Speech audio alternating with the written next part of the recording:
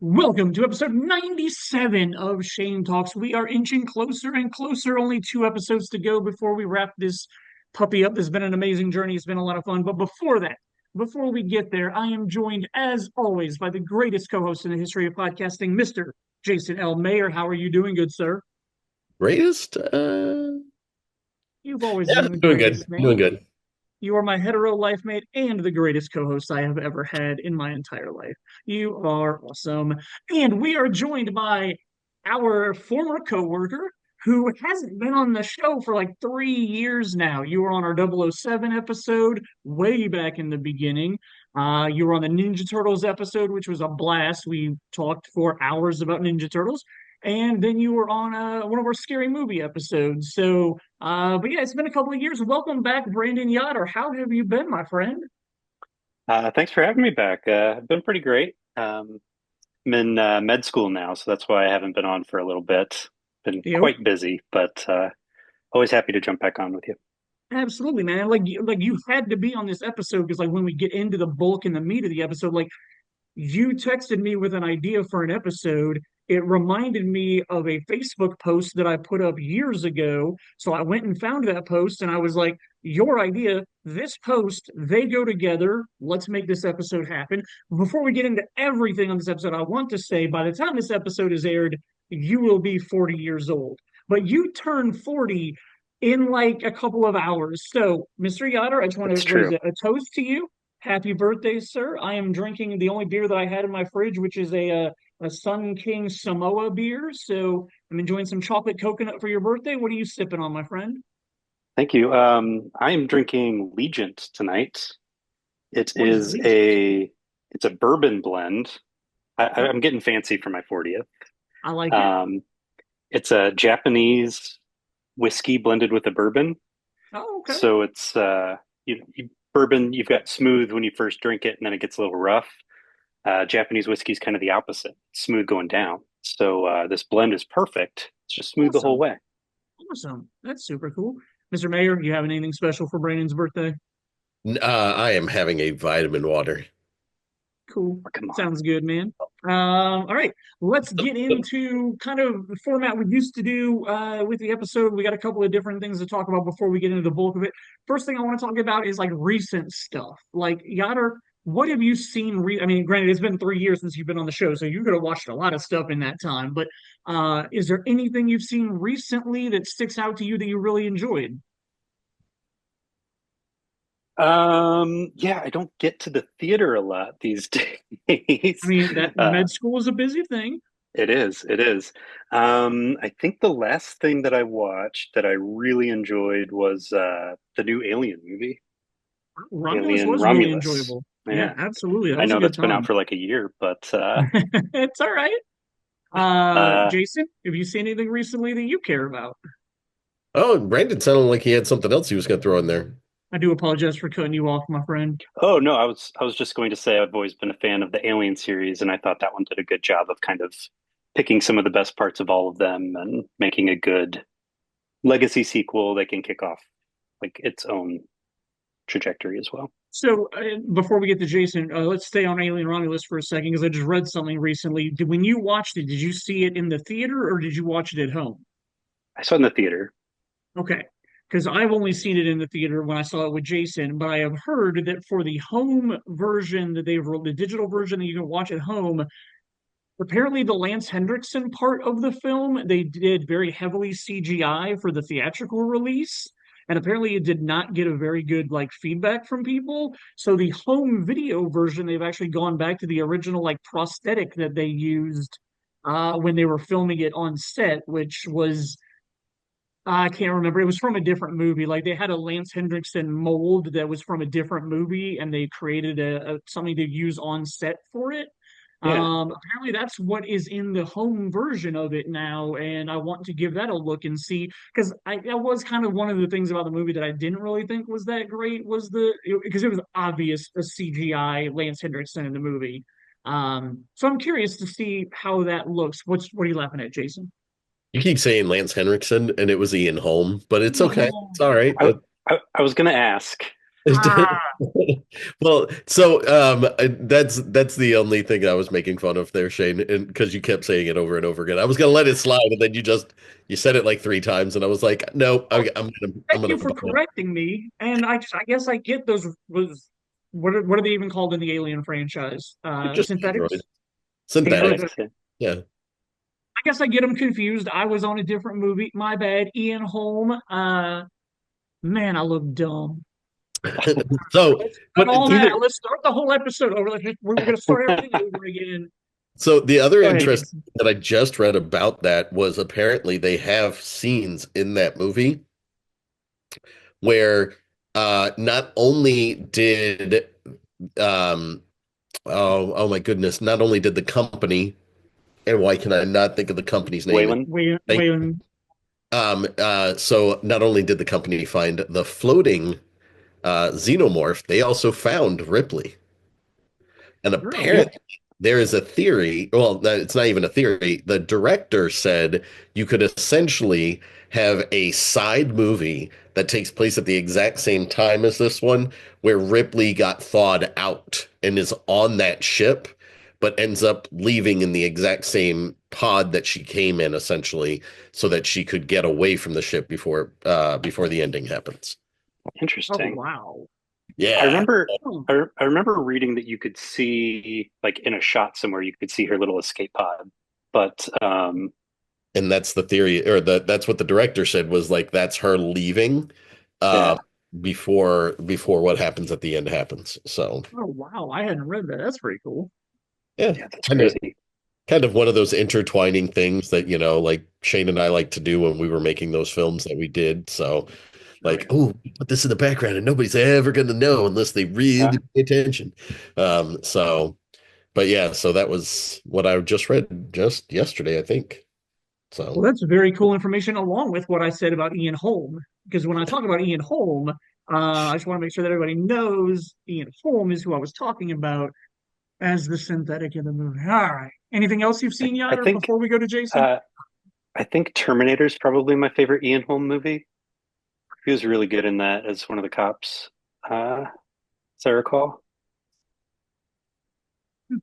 Oh man. Okay. Yeah. You seen anything else, Yader? Um, Not that I can recall off the top of my head. Cool. Mayor, you seen anything recently that was good that you cared about? I'm going to bring up two things. One Okay. is the ending of Cobra Kai as a television series. Uh, Absolutely. Lots of fun. Kept the silliness and the not so seriousness that the first couple of seasons had. I think Sure. it came back a little bit more, especially here at the end. But lots of fun, like how they wrapped it all up. Um, Absolutely. and I'll be interested to Hopefully my watch. text to you didn't ruin anything, since I didn't realize you hadn't finished it when you texted me asking my opinion on it. Well, no, I just asked you if you finished it, and then you gave me your Oh, opinion. okay. So Touche. but no, that was really cool. Looking forward to seeing Jackie Chan and Ralph Macchio work together to make the Yeah. the Karate Kid film that's coming out to see what that's going to be like. That'll be interesting. That's the first thing. Second thing is, we haven't recorded since you and I saw it. Happy Eyes or Hard Hard Eyes. eyes. Hard Eyes. eyes. Eyes. So good. So Dude, much that fun. was Really? so fun. Yeah. So stupid, and it doesn't like it you're sitting there in that first couple of minutes and you're like, oh gosh, like is it this bad of a serial killer movie? And then they like dive into the fact that they know that they're that bad of like a serial Yep. killer movie. And so it's like, oh, okay, now I can totally have fun with this because they're not taking themselves seriously, and it's just yeah. So definitely recommend seeing it if you haven't. It's totally worth your time. It's only an hour and a half long. So, but I yeah, mean, especially if you're a fan Nice. of any of the like Freaky or Happy Death Day or any of the like slasher comedies, like this one like just ramps it up to being a slasher Hallmark movie. Like it's when it's cheesy rom-com, it's super cheesy rom-com, and then killing starts happening, and it's like this is awesome. Like it's done so well. I really had a lot of fun with that movie. yep. That's awesome. It's shooting to the top of my list then. Yeah, I highly recommend it as soon as you have the chance to check it out. Yader, you and I haven't talked a lot recently, but back when we worked together, specifically when the Twin Peaks revival came out in 2017, you and I spent a lot of time talking David Lynch stuff, specifically talking Twin Peaks stuff. And I know you and I have talked about other David Lynch stuff in our lives. He passed away recently. Troy and I did a whole hour long talk about him on the last episode, but I just want to get real quick. I don't know if I actually know like of the friends that I have. You're one of the biggest David Lynch fans that I know. What is your favorite David Lynch movie, and how do you like? I mean, obviously it sucks that he passed away, but like, how do you feel like that's affected you? Like, what's your fallout from the David Lynch passing away, and then like, what's your favorite David Lynch movie and why? Um, Honestly, it's probably Firewalk with Me, just because I love that Twin Peaks universe so much. Like, Sure. even when The Return was on, like, I can't remember the last time where there's been appointment TV like that, where I watched it while it was on because I knew everybody was going to want to talk about it. You and Mm-hmm. I would work, I think, the next night, and we'd spend at least an hour talking about, you know, the Yep. what we thought the episode meant and where we thought the story was going. Like, Yep. he's was such an interpretive filmmaker to begin with that, I mean, even now I go back and read some of the different thoughts about what happens at the end of that and how it Sure. connects back and what exactly was happening. And it's something where um, I th- I think with a lot of his work, you take out whatever you're willing to put into it. Mm-hmm. Um, and so I think Twin Peaks pulled me in the most. So Nice, very cool. When I was talking to Troy, I explained to him that when I was like 15 years old, Fire Walk with Me was the first thing that I ever saw by him, and I had no idea what I was getting into. Like I literally was at the video store on a Friday night looking for videos to rent, and I liked the box art on it, so I got it. And I mean, like there's a hot chick and there's a locket and some fire and stuff. Like, oh, this looks like it might be kind of edgy. Maybe I should watch this on a Friday night. Got home and I had no clue what I got myself into. I had no clue what was going on, and it wasn't until like I don't know 5 6 years later when I actually started getting into Twin Peaks and David Lynch and stuff like that, where I was watching the whole like the first 2 seasons of the show, and then my friends were like, "Oh, now you need to watch Fire Walk with Me," and I'm like, "That sounds really familiar." And as soon as I saw the box art, I was like, "I watched this movie years ago and had no idea what I was getting into." Shane thought he Um, was watching but like the latest Pam Anderson film at the time. Like, that's what the box art looked like, man. What was it? It was like Blown Away came out around the same time with Nicole Eggert, and it had like a similar like yeah, cover to it where I was like, ooh, maybe this is gonna be like Blown Away. But yeah, so I was gonna Fire Walk with Me. when Brandon, when you were talking about how intricate his movies are and the deep meanings behind it and everything else, I was like, he's the Kendrick Lamar of directors. What does well, that even mean? I I don't think even know. The guy who performed at the Super Bowl this year, and like he had all the like, and I'm not my music, not even gonna attempt. It was hilarious because my nephews were both like, "You know who Kendrick Lamar is?" And I was like, "I really don't."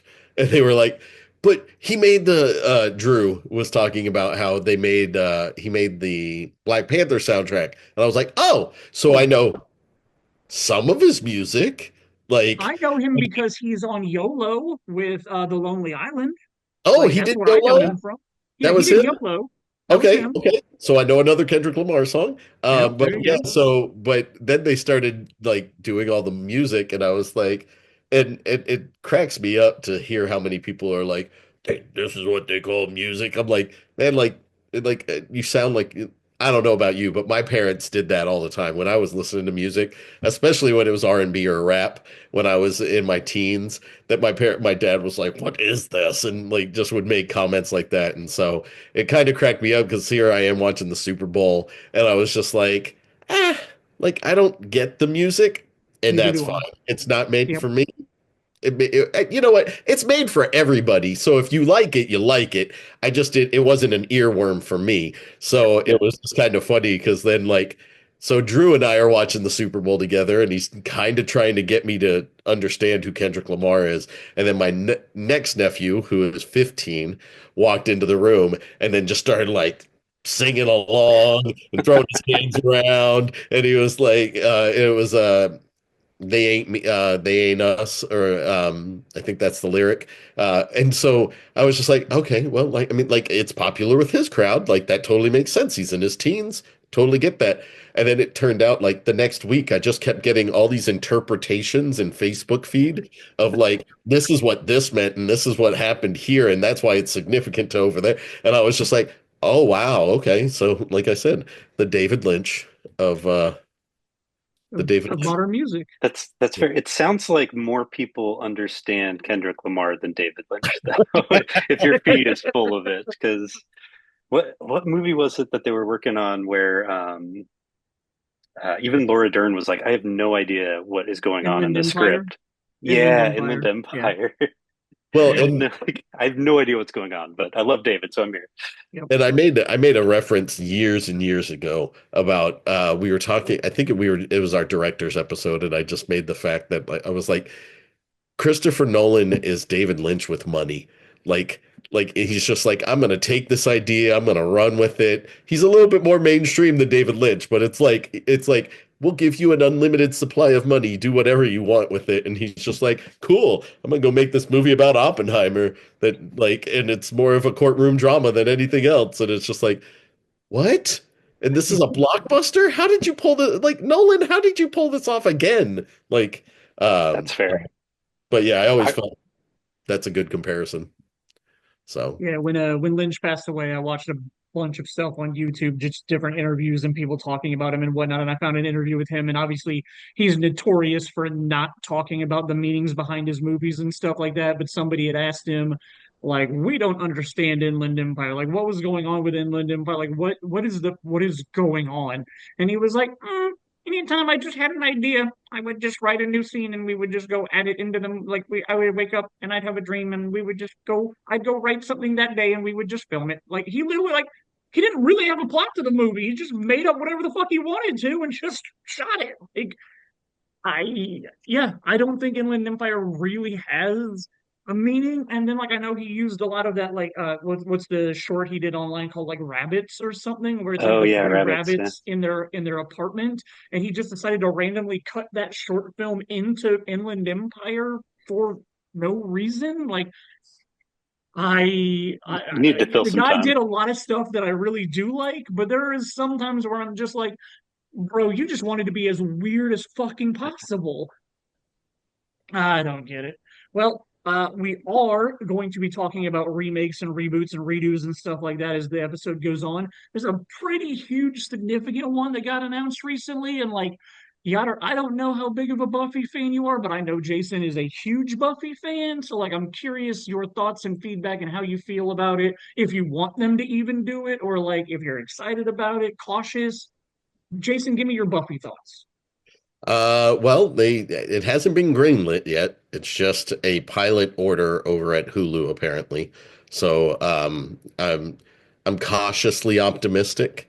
It sounds like I don't. It seems that Sarah Michelle Gellar has enough money, maybe from making Buffy and everything else, and being married to like the super cool dude that she's married to, that she doesn't really. She seems to pick and choose. She doesn't seem to be like working all the time just to work.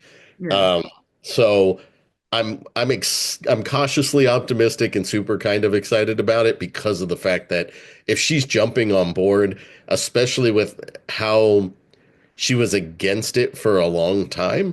Oh, Uh, okay. she just was like, I don't need to revisit. We're done. We're done with that universe. It's okay. Um, I think that so they're talking about it's a sequel that will she'll kind of like be in that universe still, but she's not going to be the main point. She's gonna and maybe she's a guiding factor in it in some points and shows up probably for like the first episode and like something in the middle and then definitely at the end maybe or something. Like they probably do Sweeps Week back in the day. They'd probably bring her back for it. Sweeps for you people who are listening and don't actually watch regular television is when they were trying to get as many viewers as possible in the middle of the season, just to give you the heads up. So, but so I'm excited about it. I think that they can, if they do it correctly, it can work. It's kind of the same premise that I think that we talked about, and Yoder, you might have been a part of that conversation even, was we talked about like if they did Firefly, if they ever rebooted Firefly or brought it back, that like you don't need the original cast to be the driving force. You can give it to somebody else, but have the original cast be like the ones who own like maybe everybody's going off and like robbing and doing everything else and then bringing it back to like a home base, and the home base is where Malcolm's at or something, him and Zoe, and just hanging out or whatever, and they come in and help save the day every now and then, but via Luke Skywalker and in Mandalorian there. So I don't think it's a bad idea. I think going with the Buffyverse, and there's a lot that can be done with it still. And especially with her not being the only vampire slayer anymore at the end of the series. So it ended What up. was what was the comic book they did about the chick from the future? Well, Frey took place in like Right. yeah, in the it was almost like Blade Runner-esque in the future. And like, you had a bunch of demons and stuff that were kind of like integrated into society. So Hmm. like they weren't, yeah, not all of them were bad people. And so they were allowed to like run around with normal humans. And, but then that Frey finds out that she's a slayer, and at that point in time, obviously before Joss wrote the ending of Buffy the Vampire Slayer, the television series, she was the only one who was a Slayer as far as you can tell in the comics. Hmm. So, um, so maybe at some point it reverts back to that, but it'll be interesting. I'm all for it. Let's go for it. Why You not? don't think Sarah Michelle Gellar is going to have like a Giles character where she is in every episode guiding whoever this new person is? You don't Uh, think they'll go they that route? already kind of announced that she wouldn't be in every single Oh, episode. okay. She's going Oh, to be okay. an executive producer on it.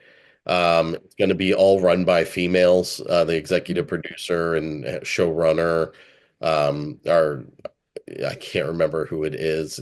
I want to say it's Chloe somebody, but I can't remember the last name.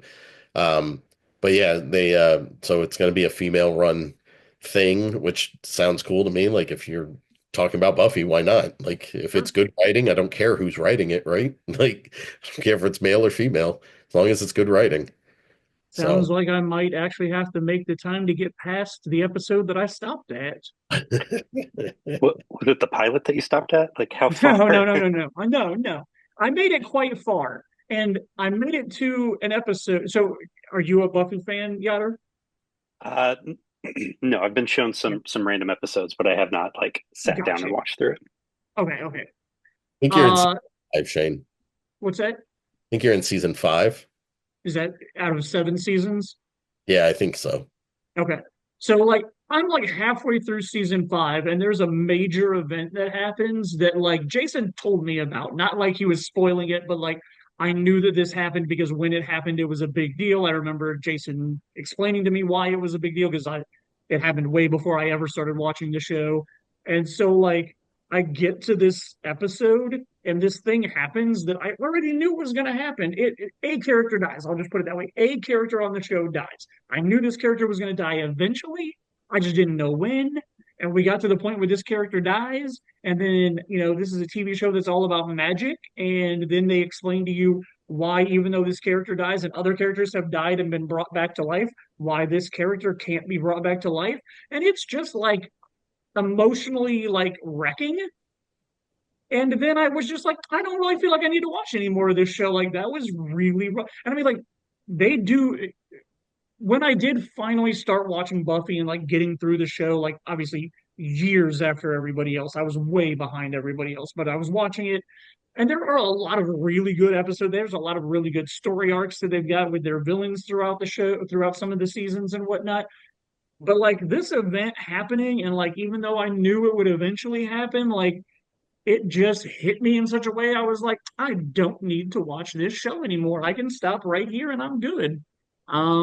And yeah, I've just never gone back and finished the last 2.5 seasons or whatnot. So maybe since there's going to be some more, maybe I should get to that point. And then yeah. You're like you're like two-thirds through that fifth season. I just Oh, looked it up am I? on IMDb. Okay. You're like episode like I think it was episode 19. Oh, okay. No, so episode 16 out of 22. So yeah, Okay. you're like two-thirds through that season. Almost done with five. Yeah. I can't Uh wait until you start it back up and that first episode you watch, they figure out how they can bring that character back to life. And you've just blown off this series for years because Now, Jason, I'm pretty sure that you have explained to me that this character is dead forever, correct? I mean, do you want me to spoil it or do you? Okay, maybe no, I don't want you to. But I find it funny now that you've been sitting here for like 10 years going, Shane might never know this character does come back. Okay, well, no, no, no. And now that I think about it, time out because that character's death is the very last shot of one of those episodes, right? The episode before that is when she comes home and finds Yes. the body. Okay, so I did watch the next episode. I did watch the episode after that character died And and all that's of the a fallout. dramatic episode. Yes. Yes. So All of the yeah, she fallout holds from the that character body. dying, I did watch the next episode. And yes, that was when I was like, you know what? I don't think I need to watch this show anymore. Yeah, and the episode's called The Body, and it is the traumatic episode. Like so. That was rough. Cool. Let's start getting into the process of talking about the bulk of what we're going to talk about. But we got a couple of quick things before we go talk to Troy for a minute. There are a lot of remakes that are coming out in the next year. I want to just run down the list of them and see if any of them appeal to you guys at all. If they don't, we don't need to talk about them or bring them up at all. But if any of these sound like I kind of want to see what they do with this, let me know. Because we have the I Know What You Did Last Summer remake coming out. We have the reboot of Superman coming out. We have the fourth version of the Fantastic Four coming out. They're apparently rebooting the Naked. Yes, because there was the '94 movie, then there was the, I'm and following you. then the. And Yeah. you're calling the Roger Corman piece of crap movie the Hey first in. man, it's still the uh, Fantastic Four, and it's still the one out of the other three versions that I've liked the most. Oh, So whatever. The first one. I, Well, keep I going. did. Keep talking. They're apparently rebooting the Naked Gun, which I had no idea about, and especially the fact that Leslie Nielsen is taking over the role. So I'm not interested in it, but I'll watch it. no, no. You're Wait, wrong. No, wait. You're wrong. oh, all I right. can't let you do it again. They're rebooting The Running Man, and there's only one reason why I'm You're just interested in gonna the keep reboot. going. What's that? You're just gonna keep going. We'll come back. We'll come back. All right, fine. We'll stop at the Naked Gun. Explain to me why you guys actually think the Naked Gun has potential. No, no, you kept saying Leslie Nielsen is gonna be in the remake. No, let. Oh my Liam God, I'm Neeson. pretty Liam sure he's dead. Neeson, bro. Leslie Nielsen, Liam Neeson. They sound I very mean, similar. All right, this apparently I need to drink more. you're just My, having a night. Bro, I can't get anybody's name right tonight. I Sorry. just So didn't want you to go any further. Liam Neeson's going to be in the reboot of that. Man, this is going to be a lot of editing if I decide to try to make myself not look stupid. All right. After Why that, start now? The Running Man help Yotter. The Running Man reboot is coming out. The only reason why I have any interest in that is because it's Glenn Powell. Glenn. Really? That's why you have interest in it? Okay, we have to talk Because about it everything then. Glenn Powell does, I love. Like I hated Twisters when it was announced. The movie comes out and I love it. And then I was like not interested in Top Gun Maverick at all. And then it comes out, and I'm like, Glenn Powell is like doing all these reboots and remakes, and we'll talk about it when we talk about why the who needs to be cast in the net reboot. We'll talk about how Glenn Powell needs to be in this movie. But like if you put this dude in any reboots, like I apparently don't hate them. So I might not hate The Running Man. There's a Highlander reboot coming out, I'm supposedly, hopefully, but maybe. but while we're still on the Running Man, Yeah, on The Running Man, yes. I love the Schwarzenegger Running Man. I have no The interest in seeing Sylvester a Stallone remake. Running Man, yeah. Yeah, that one. Uh, I like. I think it's perfect, perfectly 80s in the future of 1999 or 2005 or whatever it was. Like, uh, um, Richard Dawson is just perfect in that role. Oh yeah. Um, like, I wasn't Is even that going a to watch Michael this Crichton movie. book? No, Is that it's a a Michael Crichton? Stephen Stephen. King. Oh, Stephen King. Oh yeah, yeah, yeah. Yep. Yeah. The only reason I would be interested in this remake is because of Edgar Wright. Oh, okay. He's Yeah, directing I it. forgot that was him. Yeah, there you go. Glenn Powell, I feel like is in that list of people like who's the guy that's in the Avatar movie and he was in that Terminator movie? Like, Jason should know. I never saw the second Avatar movie. Sam no, Worthington. he was in the first Oh, one too. He Sam. was like No, the main Sam character. Worthington. Yeah, Sam Yeah, Worthington. Sam Worthington, comes in, he makes somehow he gets in three of the biggest movies of like a year and a half period, but then people realize he's not a good actor, so you don't see him again. And then there's another guy like that in the Suicide Squad, Oh, Joel Kinnaman, Joel yep. Kinnaman. Okay. where he was in like that and RoboCop and like You know, three or four like huge movies. And then people realized that he wasn't really that good of an actor, so he's not. I feel like Glenn Powell is just this no. Glenn is Powell is of the awesome, moment. man. No, yeah, but Glenn Powell's really good. I really like him. He makes Okay, bad movies good. Whatever his Netflix movie was, like that movie was not very good, but he The was really good in Hitman. it. The Hitman, yeah. The movie itself was okay. I did not like the end of that movie at all, but like Glenn Powell was the only thing that made that movie anything worth watching. So instead of Ben Affleck, Shane's new man crush for movies is Glenn Powell. No, no. Ben but at least you Affleck can is remember his still my name. number one. Ben Affleck is still my number one because I'm super excited about The Accountant too. Like, I don't know if we want to tangent off on that, but that preview is absolutely amazing. So I love everything about it. Oh, I my didn't know there was a preview. yeah, Yeah. the preview looks awesome. I'm hoping that the preview is a representation of the movie itself. I like the first accountant a lot. Mhm.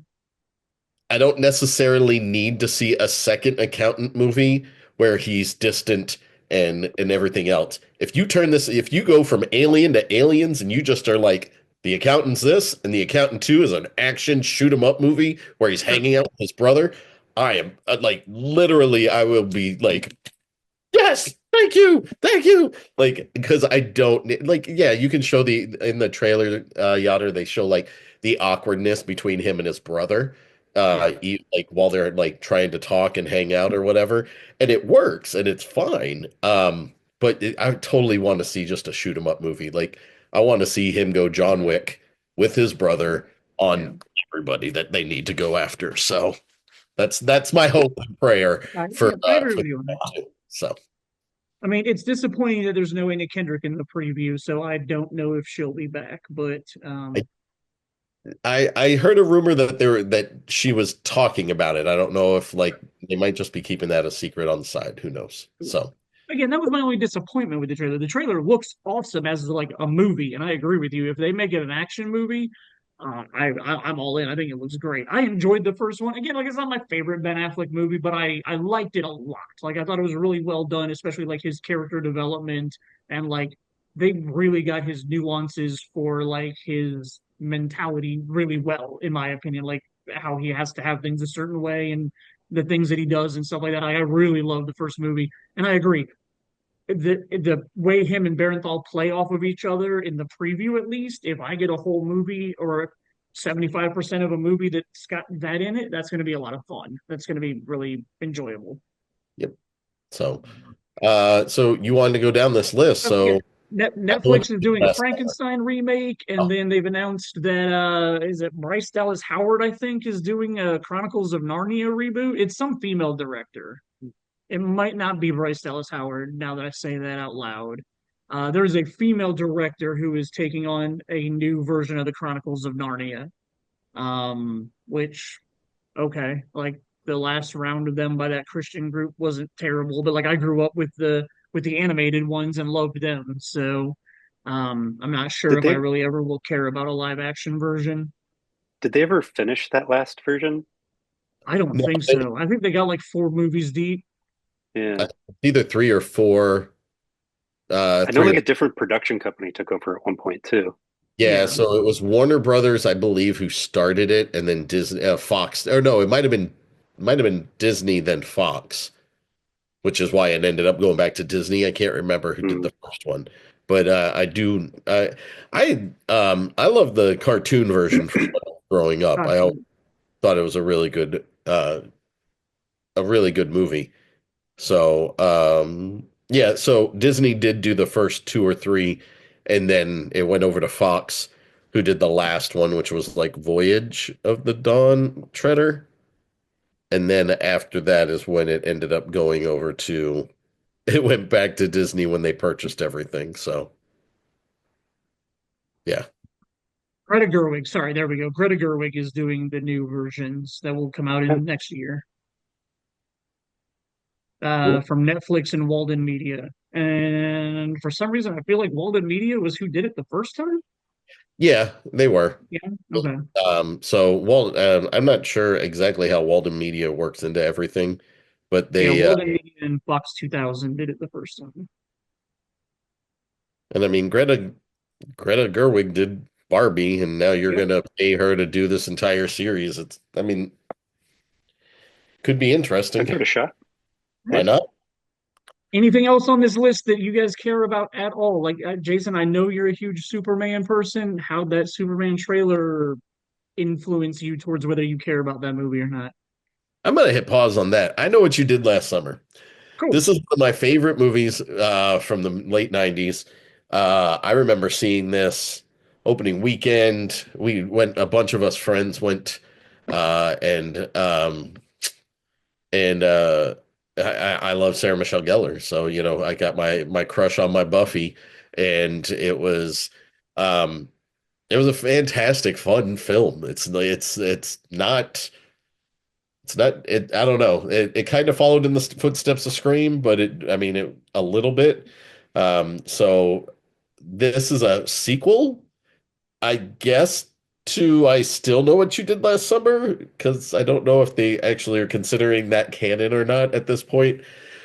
But they're doing the Scream thing where they're bringing back the original cast and running around with them with a new group of kids. Why not? Let's go. Let's just watch it. If it's good, I'll praise it. If it's not, I'll definitely let Shane know how bad it is and how sucky it is. Even though he'll tell me how wonderful it is of a film. So I mean, I'm probably gonna love it. Like, let's be honest. Like, it's a slasher movie. It goes back to the '90s. Like, I'll probably have a really good time with it. if the fisherman is really the fisherman from the back, like all the way from the very first one, I'm out. I'm out. I'm telling you right now, I'm done. If Is he's Moose Watson still still alive? kicking people, if he's still killing people and hooking them when he's 75 years old, like Moose They'll they'll Watson. just Lance Hendricks him. They'll just uh, I deserve that. what about you, Brandon? Are you interested in it at all? I am. I am. I like the original.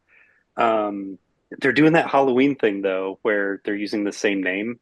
And if it's going to be like a sequel, I'd rather it be like 25 years later, or I know Yeah, what you did 25 summers ago, or whatever they want to call it.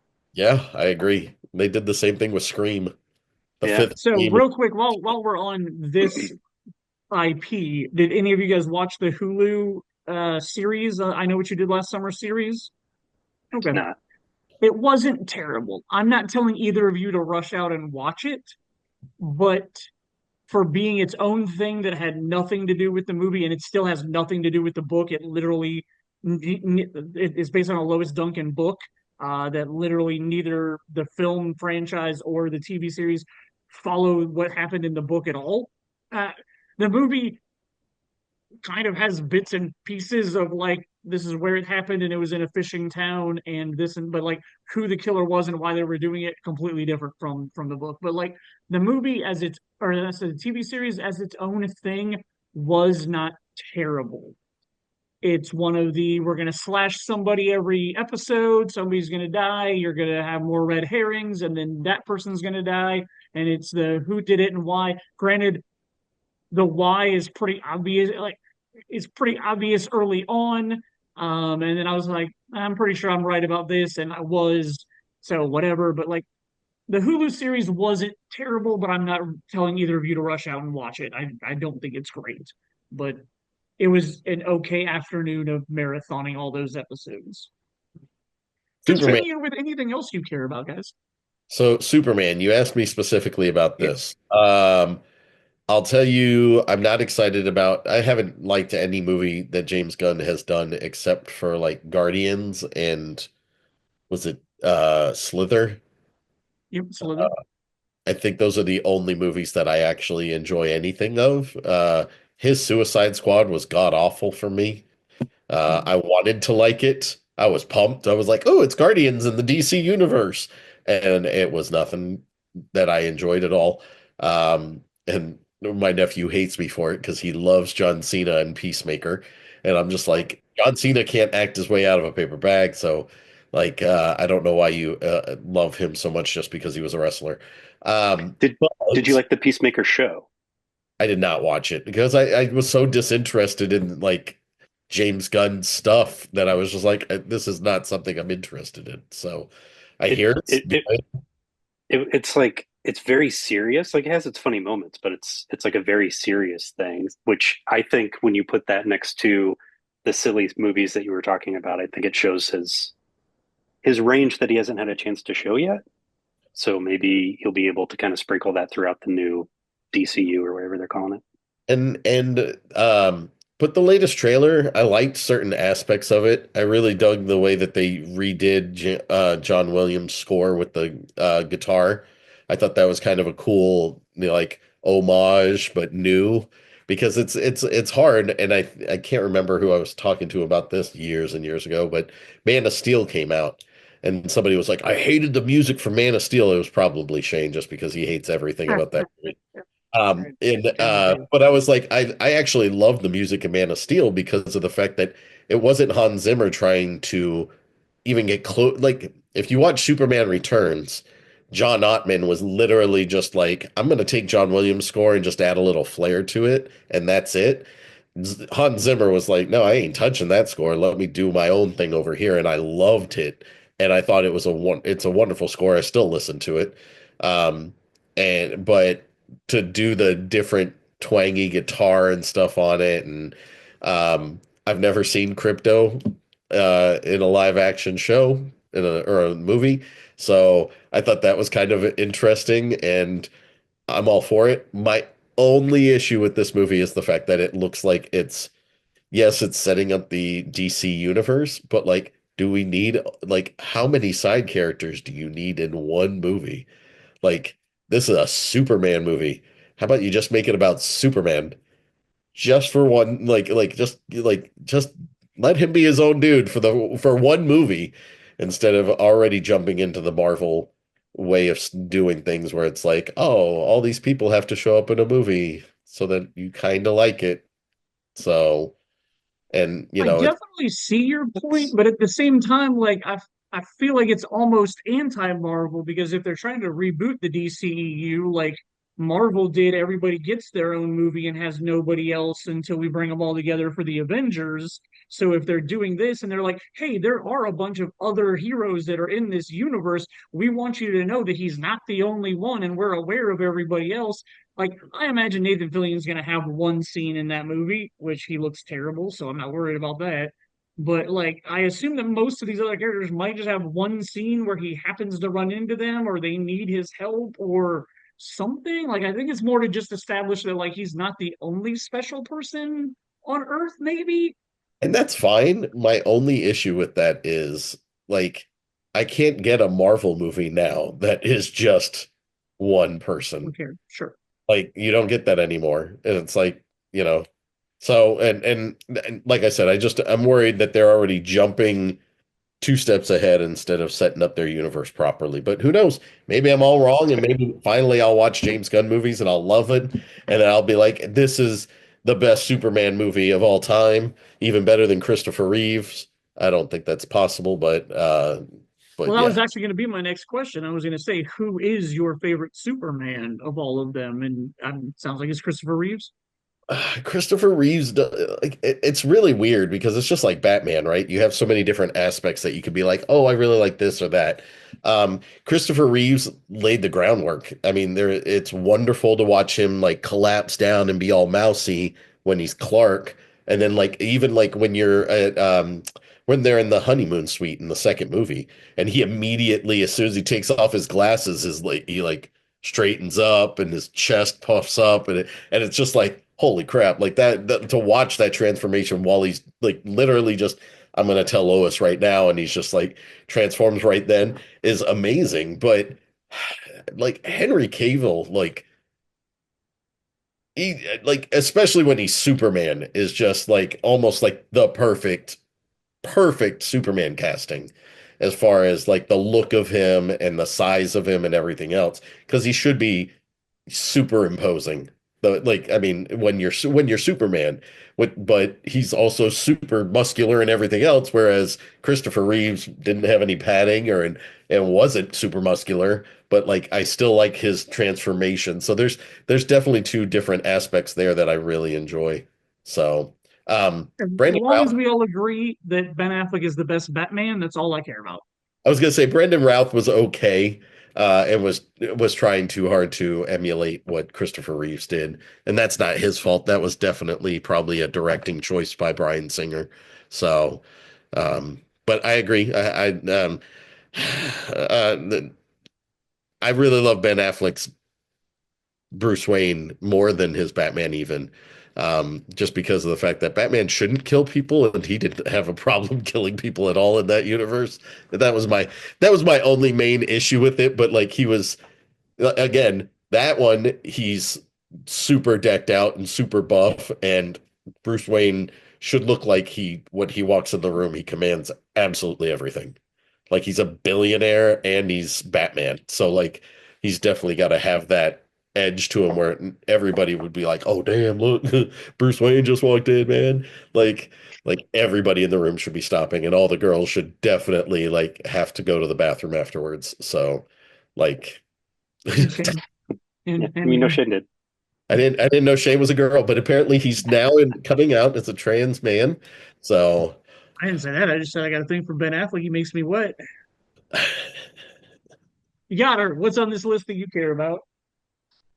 I'm looking forward to Superman just because it's really the first time that we're getting like a bunch of DC characters in like one spot, you know? Um, like kind of started to introduce it in Justice League and they had it in like Arrow, I guess, and like some of those shows, but um I don't know, I've DC's always been what I've read. I was never like a Marvel guy, so I just like that it's not an origin story. We're just jumping in. Superman's there. He's already around. People know him. He doesn't have to prove himself. And like you said, all these other people, even down to like Mr. Terrific, is going to pop up just as like this character's here. He exists in this world. Like, so I'm looking forward to just seeing that, I guess. I really Um, like Black Adam. I like the aspects of Black Adam, especially Dr. Fate. yeah, Oh, Uh yeah. was they did that fantastic. with the JSA. Yeah, Yeah, the Pierce Bronson version of that for that movie was absolutely awesome. It was probably my favorite part of the whole movie. yeah, Uh, he was really good in that. so sorry to cut you off and jump in there. Oh no, you're good. I don't really have much to add.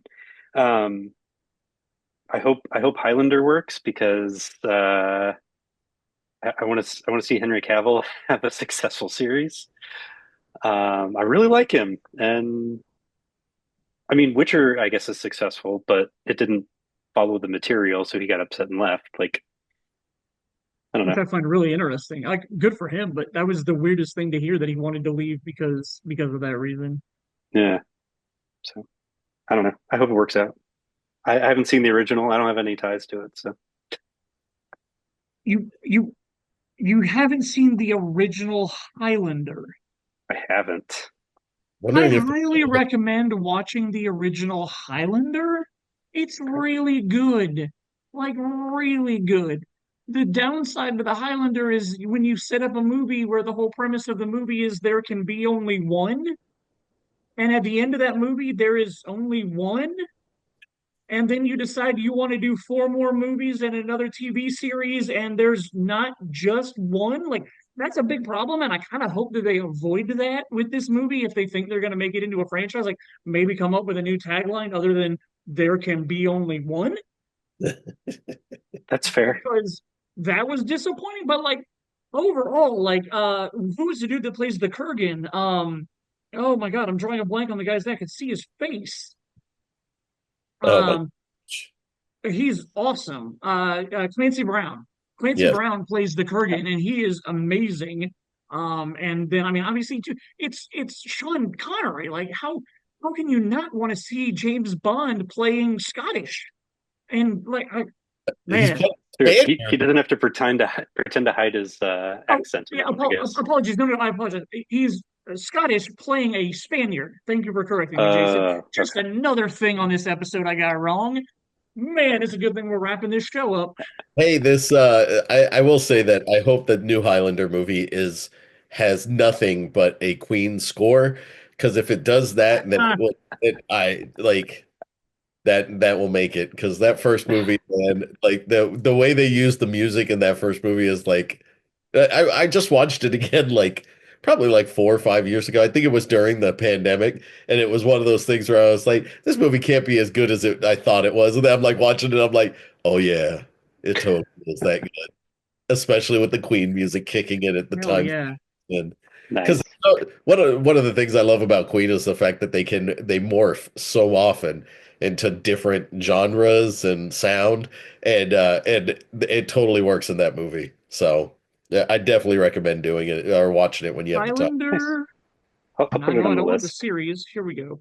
The original is on Hoopla or Fubo or Peacock or Vudu.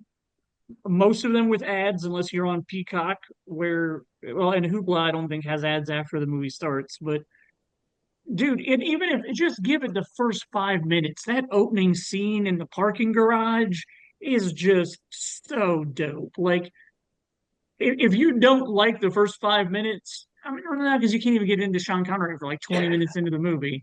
Bro, just watch Highlander, man. It All is right. it is All right. really good.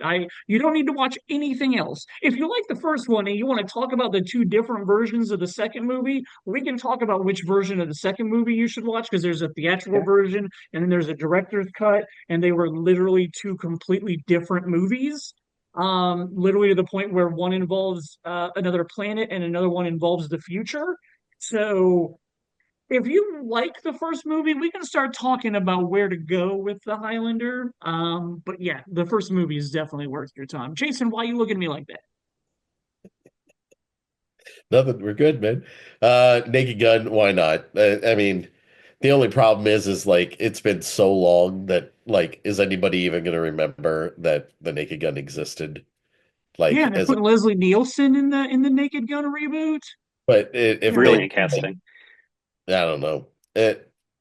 Yeah, if the tone's well done, okay. And Liam Neeson and if you remember, he was really funny in the Lego movie playing the good cop, bad cop. yeah. So, and his little cameo that he had in Ted 2 was really funny too. So, playing the straight person while everything else around him is absolutely ridiculously and silly that it might be worth watching. So, I mean, he was good in Love Actually, right? Like, but that's not a comedy. Like that's a rom-com. That's not a comedy. but he was funny, Uh, right? I laughed at large portions of Phantom Menace. Uh, he was he was in that. Oh man, that's a It was discussion we don't not in need the to have. Phantom Menace, Shane, just to make sure you understand that. It was not Leslie Nielsen in the Phantom. Yeah, yeah, we're talking about Leslie Nielsen, right? So, He Oh played my Luke Skywalker. God. So what, Jason? What were you about to say? oh, I was just gonna say, so I hear you and Troy are gonna talk about some stuff, huh? Well, We oh, I'm are. sorry. No, I'm skipping ahead. you're Frankenstein. I no, you're haven't good. I haven't liked a Guillermo del Toro movie in forever, so I'll probably skip it just because it's not my cup of tea most of the time. So, yeah. Again, we didn't have to talk about any of these movies if you guys didn't want to. I just was curious if any of them mattered to you. But Yatter, since we talked about Frankenstein, do you care about it at all? I really love Frankenstein, both as an IP and the book itself. I've read it like Okay. 4 or 5 times probably. Okay. So I'll watch it. Yeah. See how he does with it. I like the look of his stuff, if nothing else. Like, I don't know, Mhm. he usually brings something interesting. Um, like Crimson Peak, like I enjoyed Mm. watching it. I didn't love it. Like I didn't love the Yeah. movie itself, but I liked watching it, and then I Okay. never needed to watch it again. But Yeah. I um, had hopes for that one, and it definitely fell flat for me. I did not yeah, enjoy it. I feel like it's probably going to be in line with the Mary Shelley's Frankenstein from the '90s with Oh, like yeah. Robert De Niro and stuff. I feel like it'll Yeah. probably be like that, and it'll be fine. Cool. So yes, let us take a break now. Let us go and have some Troy Talks time. This month, Troy and I are going to be talking about his favorite films from 2024, and he's going to give me some Oscar predictions. So since we're not doing an Oscar episode this year, this is going to be my Oscar talk, because by the time the next episode rolls out, Oscars will be gone. So let us go hear from Troy. Thank you, Shane. Very much appreciate that. I am here, my favorite part of every podcast, and that is Troy Talks. What's up, Troy? How you been, my good friend? Doing great, man. How are you doing? I'm doing pretty good. I feel like every Troy Talks, and by every I mean the last one and this one, I'm starting with telling you that I finally watched something that you've been telling me to watch for a long time. And this time it's been like over a year you've been telling me to watch this movie. Every time I have to make sure I don't put it on Letterboxd before we record so that you don't see ahead of time what my rating was or anything for it. Any ideas of what you think I might have finally watched that you told me about literally about a year ago? The way you log movies on Letterbox, like not putting them in the diary format of Hmm. logging them, like I don't ever see them unless I actually like access you, and I don't like think about doing that. As opposed to like if you put them on the diary, they just appear in my feed, and it'll be like Because Shane watched this on. every time I log on there, I see stuff from you and Ryan all the time, and I'm like, oh, well, this is what Troy and Ryan are watching. So, okay, Yeah, that's good to know. That I thought it just showed up if I rated anything. Okay, that's good to no, know. no, no, no. You got to put it on the diary, man. You got to let people know when you did it. Got it, got it, got it. Cool. Well, maybe I'm not going to worry about that anymore then. So, any ideas of what I could have possibly finally watched that you told me about last year? Something that I told you about last year. Jesus, I don't know. It was I tell you about something every time I'm on here, and it was on your best of list for 2023. shit.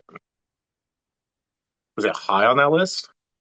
Yeah, yeah, I think so. I'm pretty sure it was pretty high on that list because you told me You're just about gonna it have to two go ahead and different tell. times. You're just gonna have to go ahead and tell me, man. I didn't do I research finally for this. I finally watched Past Lives. Oh, nice. Did you like it? I really did. 4 stars. 4 stars out of 5 stars. Definitely a solid like 8 out of 10. Very enjoyable. Very. I mean, you know me very well. Knew that it was the type of stuff that I'm into and dug and stuff like that. Very Yeah. little bit of nonlinear stuff, not really nonlinear, but kind of jumps around their lives a little bit. Just kind of shows two people at different points in their lives when their lives cross paths and intersect, and then yeah, very enjoyable. Very not getting too much into my own personal life, but definitely had me introspective and thinking back on myself a lot while I was watching it. No, like for whatever reason, like the person that I like identified the most with in that movie was the John Magaro character, like the like the Caucasian husband, for Sure. lack of a better Yeah, term. yeah, I just like for yeah, like I just thought what he did was like fantastic. And I mean, I love the whole movie. I thought the thing was beautiful, but like just like the way he was just kind of like very like weighted down, but like still I don't know, like composed. I guess sure. like I just thought his performance was fantastic. Yeah, I agree. Very well done. I really enjoyed the opening scene to it. The two people talking about the three of them and trying to figure out what the Yeah, like. yeah. I thought that was like the people watching aspect It's of like a like what's great going on. it's a great framing device. It just gets you like Mhm. right into it. Yep, thought it was really well done. I mean, very similar like narratively like Love and Basketball ish, just with a different ending, but like and no sports, but like going through and showing these people and how their lives and paths, intersect and the emotional attachments between the two. Yeah, very, very enjoyable movie. I should have watched it a long time ago, but I appreciate you recommending it to me, man. and Do what I I can, assume man. which Do I what I know, and can. I'm sorry for the times that it takes me a while to get around to it. Nah, you're Um, fine. No apology we're necessary. we're repping the hockey because there was just some big hockey stuff that went on this last week. Last month you were wearing your Maple Leafs, so I had to throw on the Red Wings this month specifically because we just had some USA versus Canada shit go down. Did you watch any of that kind of stuff? Fuck yeah, man. The last piece of the resistance, man, is just rooting for Canada. Like, Oh, you that's were what rooting for Canada, huh? I kind of felt like yeah, I was. And I say Okay, that as okay. somebody who loves the Kachuk brothers. Like, Oh, I sure. Yeah. love those cats. I loved their Hmm. dad. Oh, sure. I love those bros. Like, the Tukachucks are fucking famous as shit in my house. Uh, Nice. yeah, no, I love those guys, but like, nah, man, I just like feel like, I don't ever want to be on the side of a bully. I feel you on that. I And get you. so, if that means that I have to root for the juggernaut that is like Connor McDavid and Sidney Crosby and I fucking mean, Kale McCarr and all those fucking don't get me wrong. like, Some of my favorite players are Canadian. Brett Hull was Canadian. Like, I mean, yeah, dude, like this is not. Hopefully, this is not something like a permanent state of my well, like sponsorship or viewership, but like, if it would have been the fucking United States versus Sweden, I might have been wearing the Trey Kroner or whatever they fucking call oh, him, like three crowns. I think at this point in time, with things being what they are, man, I'm just gonna root against the aggressor. sounds good, my friend. So you were happy with the outcome of the final game? I was, man. Okay. I was. I kind of forgot that it was gonna go down, and Hmm. I had so I was gonna go see the Matrix on VHS at the Can Can. I saw their ad about that. That looked very interesting. Yeah, and so I went for a run before that, and then I went straight to the Can Can. And when I got there, man, I realized I had left my wallet Oh, at home, or so I oh, assume. But it was one of those deals where like if you lose your wallet and you're not exactly sure where it is, like you're just like you can't. I couldn't. Like I was just like, well, I gotta go home. mm-hmm, Like I was mm-hmm. like, I don't want to sit through the Matrix. I've seen it. I'm good. Sure. I need to find It's my like, wallet. yeah, I just kind of want to like cut the anxiety right now. And so, I Yep. got home and they was still in my work pants, no big deal. And then I just was like, well, it's time to drop that puck, man. I was gonna come home and watch the third period. Now I'm gonna Uh-huh. watch the whole thing. And like, Okay. yeah, man, it was great. I Nice. right before going into the Matrix, like four Hmm. minutes before I realized that I had lost my wallet, I dropped like a gummy, and I was Oh, just okay. like, so like right around puck drop, that thing started kicking in. I took like maybe four naps during this fucking game, and every time I woke up, the score was different. And then Okay. I Okay. woke, and then I woke up the second or like maybe the third or fourth time, and I saw PK Subban, and I was like, oh shit. And then it was just like we're going into overtime, and I was like, oh, I'll grab a snack. Sat there, got my like 12 minutes of overtime or 8 minutes of overtime or whatever it was, and Hmm. yeah, I was happy with the outcome. Nice. I made my Word. little like 75 cents betting on the sports book for Canada. Like, and I was just like, like strike one for freedom, eh? Oh, Troy, you are so full of fun stories. Hey, man, All right. Enough hockey. not Let's my focus fault. The on some American movies. dream lives in Canada. Let's focus on some movies. You were supposed to be giving me your top 10 list of 2024 so that maybe, well, and I mean, I know one of them we're going to talk about is high on my list to watch. I hope it doesn't take me a year to watch it. Um, but you I got hope not. 10 movies. You got 10 movies to talk to me about? I got maybe 10. Okay. It may not even be that many. All We're right. gonna just start off with the most simple way of doing this, and this is just like counting down my letterbox reviews. Like, how many Sure. stars did I give you? Okay. The number one movie, I've talked about it before, talked about it a lot. Um, it, it It is probably like tied with Dazed and Confused as to how many times it's been mentioned on this podcast at this point in this area, and that's Challengers, man. The fact that this No, movie not get any sort of Oscar nomination or any sort of love, it's just ridiculous, man. If nothing else, for the score, Trent Reznor at the fucking Oscars would be dope. Uh, but dude, fucking, it's just the best movie of the year, man. It's so good. And I know it suffers from being fairly low stakes, like nothing culturally important really happens during the movie. It's about a lot of nothing. It's a lot of vibes. But you know what? It's about a lot of sexy, fun vibes. And that's what we need more than anything right now, man. Just like forget our problems and just like eat on each other's churro a little bit, man. It's cool. It's a fucking great movie. Tennis, man. we It's a game, but it's a conversation. It's just like hitting the ball back and forth. It's just like setting them up for back, we boom. It's so beautiful. we're gonna And I know continue you to disagree, disagree but about that like movie.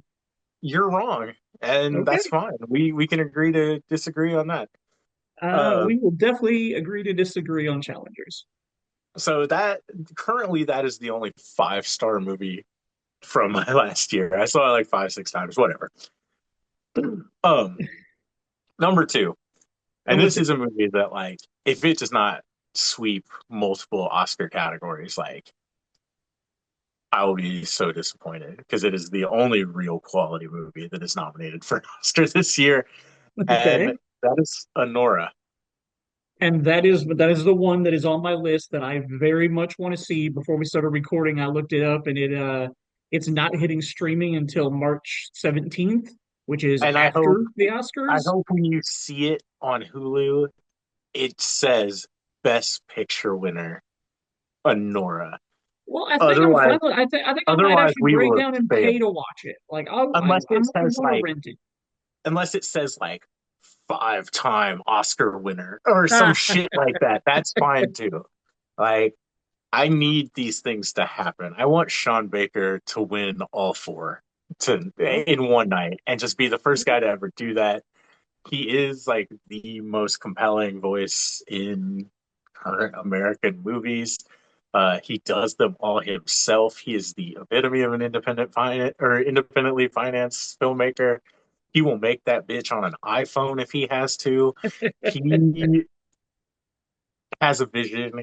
He has an idea. He has a knack for showing people who are underrepresented on film, aka poor people, Okay. um, All right. like people that actually struggle and like are living paycheck to paycheck. These are the people that inhabit the films of Sean Baker.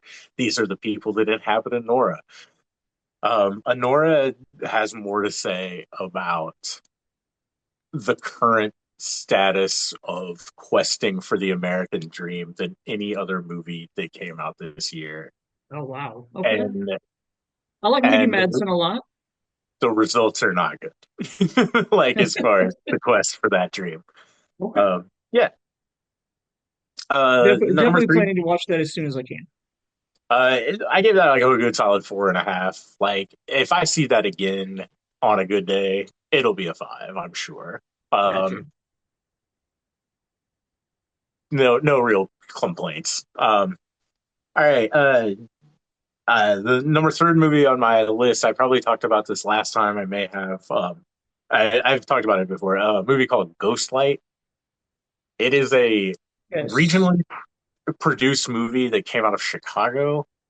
It stars this guy named Keith Kupfer, who is kind of a like Chicago theater like luminary. He's a very like known actor of the stage. Um, he was on an episode of The Bear. Don't ask me who he played. I can't remember right now. Okay. But he puts on this like fantastic performance as this like blue collar construction worker, like does not talk about his feelings type guy who is like going through kind of like a midlife crisis and picks up. He somehow runs into doing community theater Oh and yeah, doing yeah, like yeah. Yep. Shakespeare in the community theater. And yeah, no, I mean, it sounds whatever, redemptive power of art, nice, cool. It's fucking unbelievable. real. Like, I don't know if it's just the fact that I am a middle-aged Midwestern man. Uh, I don't know if it's the fact that like we have similarly aged daughters in this movie. There are lots of things like, and it's just it was one of the most like effective acting performances I've seen this year. Um, I just think the guy was lights out, and in something that maybe like in lesser hands could have been a little hokey and a little bit too like made for TV movie esque. Oh, really? Just handled really well. Just oh man, Ghostlight. I can't recommend it enough. I don't know where it streams. I want to say like Apple TV or some shit like that. Someplace probably is hard to get to. Paramount Plus, MGM Plus, one of those fucking pieces. Ghost Light is streaming. Oh, nope, that's not it. Ghost Light 2024. There we go. It is on AMC Plus. Yeah, exactly. Sorry. Yeah. Yeah. Bummer. I got to see it in the theater. I had a really touching moment with another man about my age, where I think we both caught each other post cry. Um, and yeah, it was good. We just looked at each other and we were just like, that movie was really fucking good, right? And I was just like, yeah. It's like I'm gonna get out of here and think about my feelings. So yeah, it's a fantastic movie. Number four on my list. The As much as it maybe wasn't the movie I wanted it to be, it's still a really fucking damn good movie, and that's Civil War, the Alex Garland movie. I think I wanted it to make some sort of strong political statement, and the fact that it did not, over time, kind of like worked for me. Yeah. Um, and I think the thing that was most affecting about it is it just felt real in a way that like the way that like he kind of did with like 28 Days Later made like the zombie apocalypse feel like immediate and something that could like conceptually happen, I suppose. Uh, Like, yeah, I just felt like Civil War just felt so immediate and like real to like, yeah, you might just be driving along the interstate one day and shit's just going down in the town in front of you. You don't know. Like, who knows, man? It was but I, terrifying. It was great. Jesse Plemons hmm. was unbelievable in his like 15 minutes. Like, that guy should have won a fucking, should be like up for best supporting actor for that. Shit. Yeah, I don't know, I, man. I Good didn't movie. dislike the movie, but there was some stuff I liked, but overall at the end of the movie, I was just like, I don't know. I didn't really care for the movie. But again, I didn't hate it, and it had some things that I did like about it, but it was just okay. I mean, I love the shit out of Kiki, and that made me sad. But uh, yeah, man. I mean, Kirsten Dunst. Just making way for the new Sophia Coppola girl. No, I'm just Yep. kidding. Number five is the most obscure thing I'm probably going to name. It is this movie called Mountains. Uh, it Nope. played for 1 week at the Can Can. It was about, I want to say Haitian, but I could be wrong about that. It's been a while. But it's about like Haitian immigrants in Miami. Um, and it's just basically about this guy who works for a construction company. He's a like very quiet Haitian man, like very proud. He works for this construction company that goes in and like kind of like gentrifies neighborhoods. Like he works demo for and then like the company that he works for comes into like his neighborhood, and it's all like just kind of about like how like it's just kind of like a microcosm for how like ethnic communities are being like kind of like whitewashed all around the country, and just kind of like yeah, it's like, and just kind of like how that's being done. And um yeah, it was a really beautiful movie. Like, I really loved it. Interesting. I guess this was just kind of like the year for like middle-aged dads for me, like really Oh, kicking okay. in, like just facing like real world problems. Like, I'm just like, yeah, dude, like I like, like maybe I just started liking like, just kind of like, like, okay, like you watch like an old Hitchcock movie, right? You know, And like even like a movie like Rope, which theoretically revolves around like this plot to get money. Like you never think about like what does Cary Grant do in The Bird, or what does Jimmy Stewart do in The Birds? Like what does he do in Vertigo? Like how does he make money? What's his paycheck like? Is he like wealthy?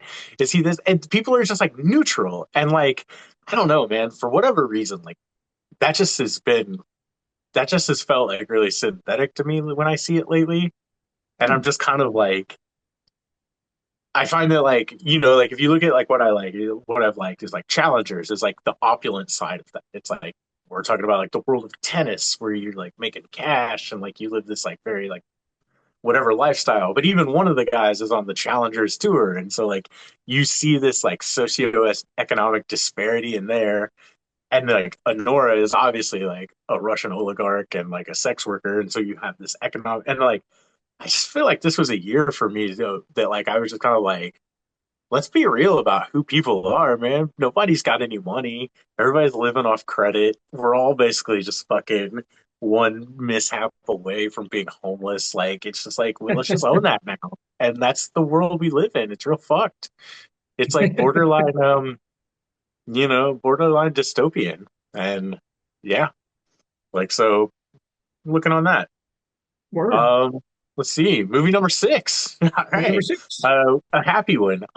This was a Max documentary. Um, Okay. Yacht Rock Oh, documentary. that's on my list to watch. So it's good. Dog, I mean, I'm kind of like a Yacht Rock honk anyway. Like, I love Okay, Michael McDonald. I love the sure. voice. I love the bullshit. And this movie is great. It's just kind of like a bunch of like stories. It's like Michael Okay. McDonald and Kenny Loggins and all these guys just kind of like telling each other how you met. Like, I Oh, was just like, cool. damn, I was just like, fuck, am I a Toto fan? I was like, I didn't know that. I was like, Yes, shit. photo's great. Yep. I was like, damn, I didn't know y'all did Thriller. It's like, dang. And you just find out like so much, and it's just like, it's nice, man. It's just like Good. it was I remember watching it on a Sunday morning like Okay. after it had come out like on that Friday, and I was just like, all right, man. And I was just like, you know what? Like, I'm gonna get stoned. I'm just gonna like watch this really early on a Sunday morning with my friends, man. My friends Michael McDonald and Kenny Loggins, and I was just like, dude, this is just great, man. I just felt Nice. such great vibes.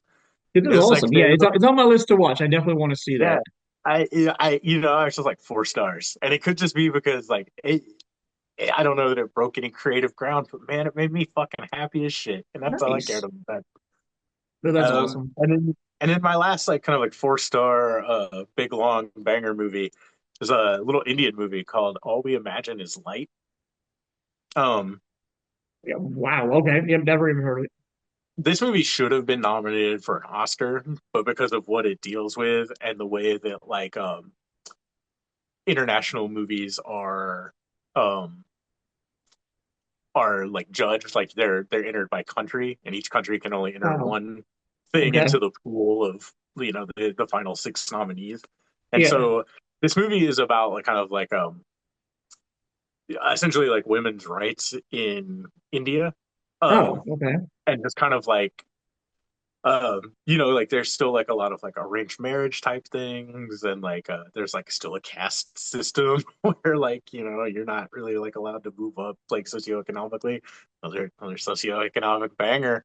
But the only reason that this movie was not nominated by India is because like it kind of like it turns like kind of like a critical eye to struggling and being poor, and who's making the pudding and that type of shit. And yeah, just a fantastic movie. Like the part that takes place in Mumbai is like incredible. It's very also immediate. It puts you like right in the heart of like a vastly like overpopulated city, and all of the kind of like pressures that just kind of come along visually with that. Yeah, it's just a fantastic movie. I really liked it. Um, Cool. Everything else I rated 4 stars. We could talk about this in context of the Oscars because they are all Yeah. Oscar nominated short films, which I went and Oh, saw this gotcha. week. Gotcha. Um, documentary. I think this movie will win. It should win. It's a movie called Incident. Um, it is I'm not made familiar. primarily of like found footage from corner cameras, police, Body body cam. cams and Hmm. headphone cams. It is about a guy getting shot in Chicago by a group of Oh, policemen and what kind of like the aftermath of that, like the immediate like 15-minute aftermath of that, and like yeah, it's pretty ugly. oh, It does wow. not paint cops in a very good light. It does Okay. not paint the system of information by which we get information about these type of things in a very good light. Oh, Yeah, it's just yeah, and it's all kind of like just presented without commentary. Like all the oh, audio really? here is audio that they have either from the police talking, or there's like periods of it where there is no real sound. There's nothing going, Oh, wow. you're just looking at the footage and seeing it like in real time, and it's pretty crazy. Pretty Interesting. fantastic. That Yeah. does sound like something I'd want to take a look at. Not only is it like really effective as just like a piece of art, but obviously like just given the climate of the times we live in, like it's just like very impactful and just kind of like, all right, man. And so it's one of those movies that I think I honestly think it'll win the short documentary. And if it doesn't, Okay. like that, if it doesn't, it's gonna lose to one of the death row and or the school shooter documentaries. And I'm just kind of like, you know what, like it was a rough year for the short documentary, man. They were all very depressing, except Oh, for really? one that was about a lady in an orchestra, and I was just kind of like, oh, that at least made me smile. Um, Good. That's good. but yeah, no, the only one that I really loved was the movie Incident. Incident. Okay. Like I said, shocker of all shockers, two of these Hmm. movies that I really liked are animated movies. Oh, okay. All right. Um, I really loved this movie called Yuck. It is a French movie about little kids like kissing for the first time, like Oh, um okay. like their first kiss or whatever. But like before that, these kids like are kind of going around to this like vacation resort and like seeing people make out essentially, and then they're like, ew, disgusting and blah. And so like one of the things in this movie that like when people get ready to kiss or when they want to kiss, their uh, lips kind of like become like pink and glittery. And so the color palette for this thing is straight out of like Grand Theft Auto Vice City. Like it's just like pinks and like like neon, and it's just like beautiful. It's like such a beautiful movie. The Nice. music is unbelievable. It sounds like Daft Punk Oh, elevator music. It is unreal. Um, it's really cute. It's really effective. I really enjoyed it. Um, oh yeah, no, I really liked it. It was really good. nice. It probably will not win the Oscar, but it ought to. Um, Okay. and then the other one that I really liked, I liked it even more. This movie is probably like it would be in fourth place if I ranked all these things in real. Oh, really? It's this movie called Wonder to Wonder. Not familiar with And that either. it's a short film. It's I think claymation maybe, a Okay. little bit of stop motion. And basically what has happened in this thing is it's kind of like built on this almost like Teletubby type show, right? Where it's like you've got characters that are made, right? And so it's just like, and then there's a guy that's talking to them, and he's just like, well, poopsie whoopsie, like, this is what you do now. And so the movie keeps cutting between like old footage of this show that they had made and footage of this laboratory where all you see is like what is a dead man's feet, like a dead human's feet. And these little claymation people are like real people in this thing. And so you start finding this like almost like Blair Witch style like found footage of like them going crazy, like running around, like like wearing like animals as hats. Like one of them stops wearing pants. It's like some real Lord of the Fly shit amongst these like claymation characters. And Okay. dude, like I was just like, oh, this is like fucked. Like I literally like said this out loud to like nobody in particular, but the people like 3 rows in front of me like just kind of looked around and they're like, yeah. And it was fucked. But like it was awesome. Like I was just like, oh my God, this is incredible. I can't believe they made this. I can't believe I just saw a little claymation penis. I can't believe that this lady is lighting this shit on fire. I can't believe like this fucking thing is going down. It was unbelievable. Like unbelievable. I loved it. Sick, ridiculous, twisted, everything that I was just like, they don't do things like this anymore. And yes, they do. They're just Dutch and they're animated and they're fucking weird. Um, speak, Interesting. Speaking of Dutch, also they produce like my favorite live action movie, or live action short film. This also will not win the Oscar, but it should. It's a movie Uh, called I Am Not a Robot, I feel like and I've heard of this. it is unbelievable. It is about a lady who sits down at her desk at work. She has to like update something, and when she goes to update it, like the captcha comes up, and she just cannot get it. Like and you sit there and you're like, oh yeah, no, on the traffic lights, and she's getting it right, and then they're like, nope, do her, try again, try again, try again. And so it is about like maybe she's a robot. Who the fuck knows? But Okay. unbelievable, unbelievable. I laughed. I was just like, oh, this is great. This is beautiful. Uh, Interesting. Great movie. Great movie. Definitely. All those movies are, you could watch all those movies in probably less than an hour, all four of Okay. them. I highly recommend it. Just go try and find them. Okay. Um, All right. and then 3 movies that I thought were really good. Um, that the high 3.5 stars. Sing Sing with Coleman Domingo. Oh, yeah. Springer Smackland got fucking robbed. Movie about producing Hamlet in prison. Yep. Good ass movie. Good ass movie. Well, it I'm looked still good from the here. preview. I'm still here. Which, if Honora does not win the Oscar, I would like that to win the Oscar. It will Okay. not win the Oscar. Okay. Narrator voice. It will not win the Oscar. It is a Brazilian movie about a dissident being basically like just taken away from his family and kind of like the things that goes down when Okay. a military regime comes to town. Happens all over the world. Who knew? Um, and then the last movie recently saw it is a movie called The Seed of the Sacred Fig, um, about a judge in Iran who is essentially just kind of like a judge, jury, executioner type, and kind of like the revolt that happens within his family when he becomes unpopular in the regime. It is wild. It's like 3 hours. It is very Oh, tense. It is very slow burn. And like people die. It's dope.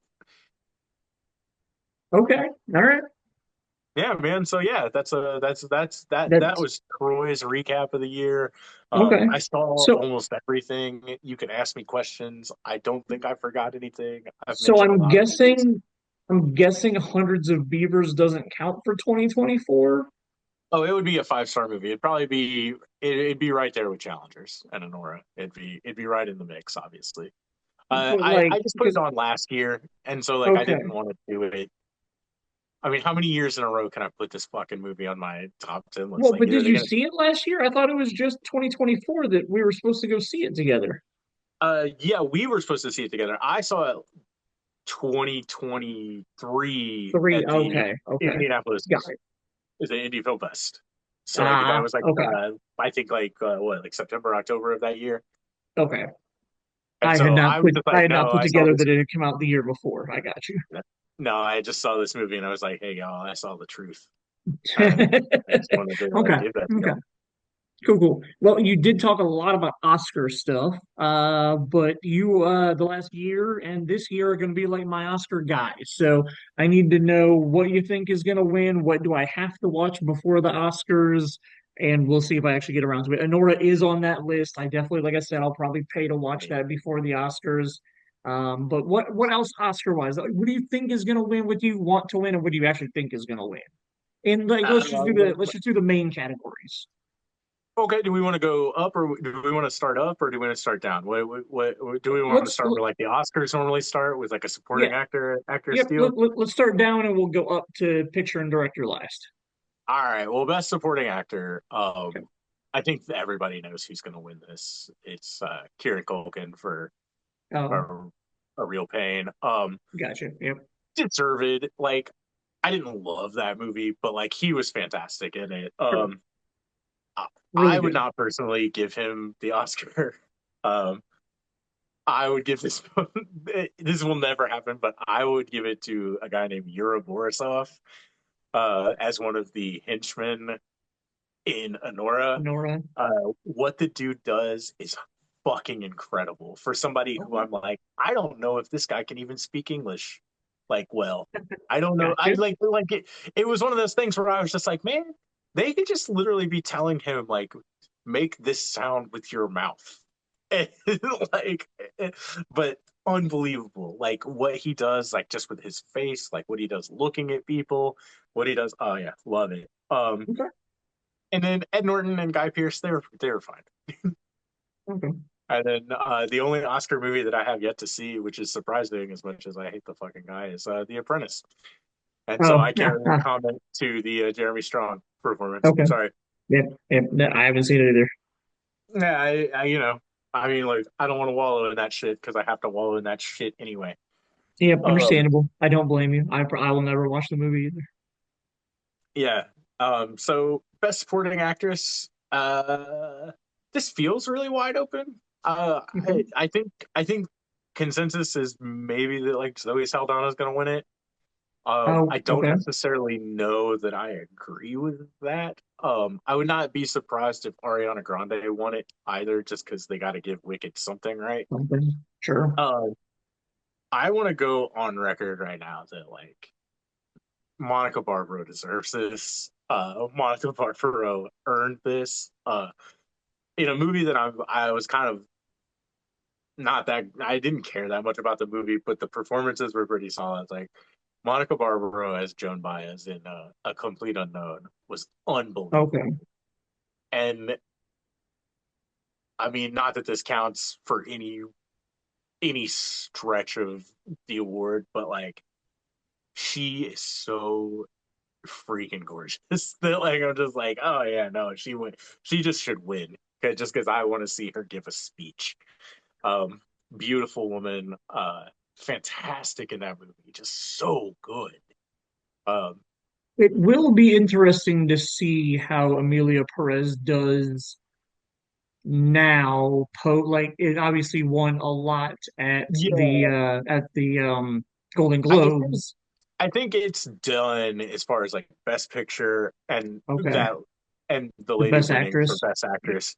But I think like I feel like Zoe Saldana just has enough like I think everybody loves her. Like, Sure.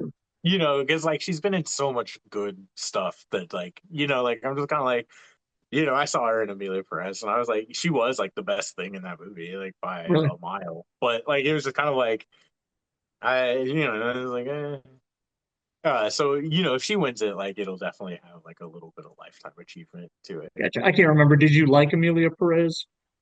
I didn't hate it as much as Okay. everybody else does Okay. or pretends to or whatever. I thought it was a lot. Okay. Um, It just has it was nothing appealing to me. Like I don't plan on watching it. Like, it was just kind of like, dude, if you would have picked like one of these things to kind of make a movie about, but, gotcha. but there was like 18 different types of there's like 18 different movies in this movie, and I was just like, this is too like I'm good. I was like doing too much, doing the most. I was like, yeah, no, thank you. All right. Where you want to go, director? Let's do leading actress and actor in a leading role. Okay, actress. Everybody talks like it's Demi Moore's, and that's fine. She was Sure. pretty fantastic. Yeah. I have no complaints. My only complaint is like if Demi Moore was nominated for Best Actress, like Margaret Qualley should have taken the Felicity Jones spot, like because Margaret Qualley was equally as good, man, and equally as captivating in the opposite side of that coin. But Um, you have to want Mickey Madsen, right? oh yeah, no, I thought she was Yeah, incredible. I cool. thought she was, yeah, no, I mean she is Honora. I mean Right. that's her fucking name. Like this movie is about her. You know what I mean? And she is Sure. unbelievable in it. She is a she there are times when I am like, this is a caged animal. Like she is a fucking wild person. And yeah, no, I just oh yeah, I thought what she did was fantastic. I want Mikey Madison. Like and honestly, like I couldn't even name the other people who were nominated. This shit. Cynthia The, Erivo, the chick from yeah, it doesn't matter. Amelia They're not gonna win. Perez, and Fernanda Torres. Yeah, Fernando Torres was really good, and I'm still here, but Hmm. no, this is a two horse race, and Nice. I don't really have a problem with either of it. Like, I think it'll be Demi Moore because sometimes this shit just comes down to career achievement, I and guess. I just and you know it's not that I fine. I'm don't good with like it. the substance. The substance, as we talked about before, it has stuff in it that's really good. I don't think that's the best performance I've ever seen from Demi Moore. Like I don't think it's really that No, great. I mean, but like it's a memorable performance. It's one of the like it's definitely one of Yeah. the five best performances by an actress this year. Like whether the movie's good or not, like sometimes that doesn't. You know, I mean like Um, I didn't personally like A Complete Unknown, but like I am uh-huh. advocating really Oh, hard sure. for two of their people to win Oscars for it. Like so maybe I did like it. I don't know. I'm gonna guess here for leading role actor, and I'm gonna say that you want Coleman Domingo. Uh, dog. Anytime you want to reward Coleman Domingo for doing Coleman Domingo things, like yes. That's what I assume. I think that guy's the best actor on the planet. Nice. I my only complaint is sometimes I just wish he were offered better shit. Um, but like whatever, man. He was fucking so good in Sing Sing. Uh, the other guy, like his foil in Sing Sing, Clarence Macklin the third, that guy got robbed. That guy Oh, probably that guy held his own with Coleman Domingo like every step of the way, and unbelievable. Like, and for a guy that was in prison like 5 years ago, wow. because he played himself essentially in this movie. Oh, Sing didn't Sing. realize that. Okay. Yeah, yeah. A lot of the actors were the people that were in prison doing this. Like Coleman Domingo was like kind of like the only professional actor. Oh, that's cool. Yeah, it was Obviously, really you've good, already man. said you want Sean Baker for director. Sean Baker or bust. Yeah. Yeah, no. Yeah. I want Sean Baker to like take home all four. Because he will, if he wins best screenplay, best original screenplay, he should.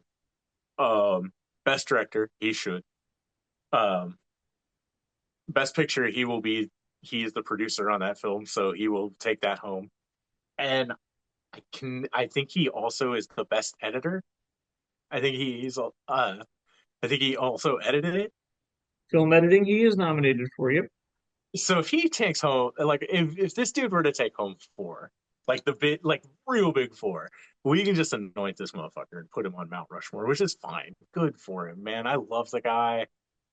I mean, I feel like I've blown him like six fucking episodes in a row. Like I'm just like I can't say it enough, man. Like for a guy that makes movies about people that I ostensibly do not give a shit about, Uh-huh. I'm always captivated by the people in his movies. I'm like, oh wow, white trash.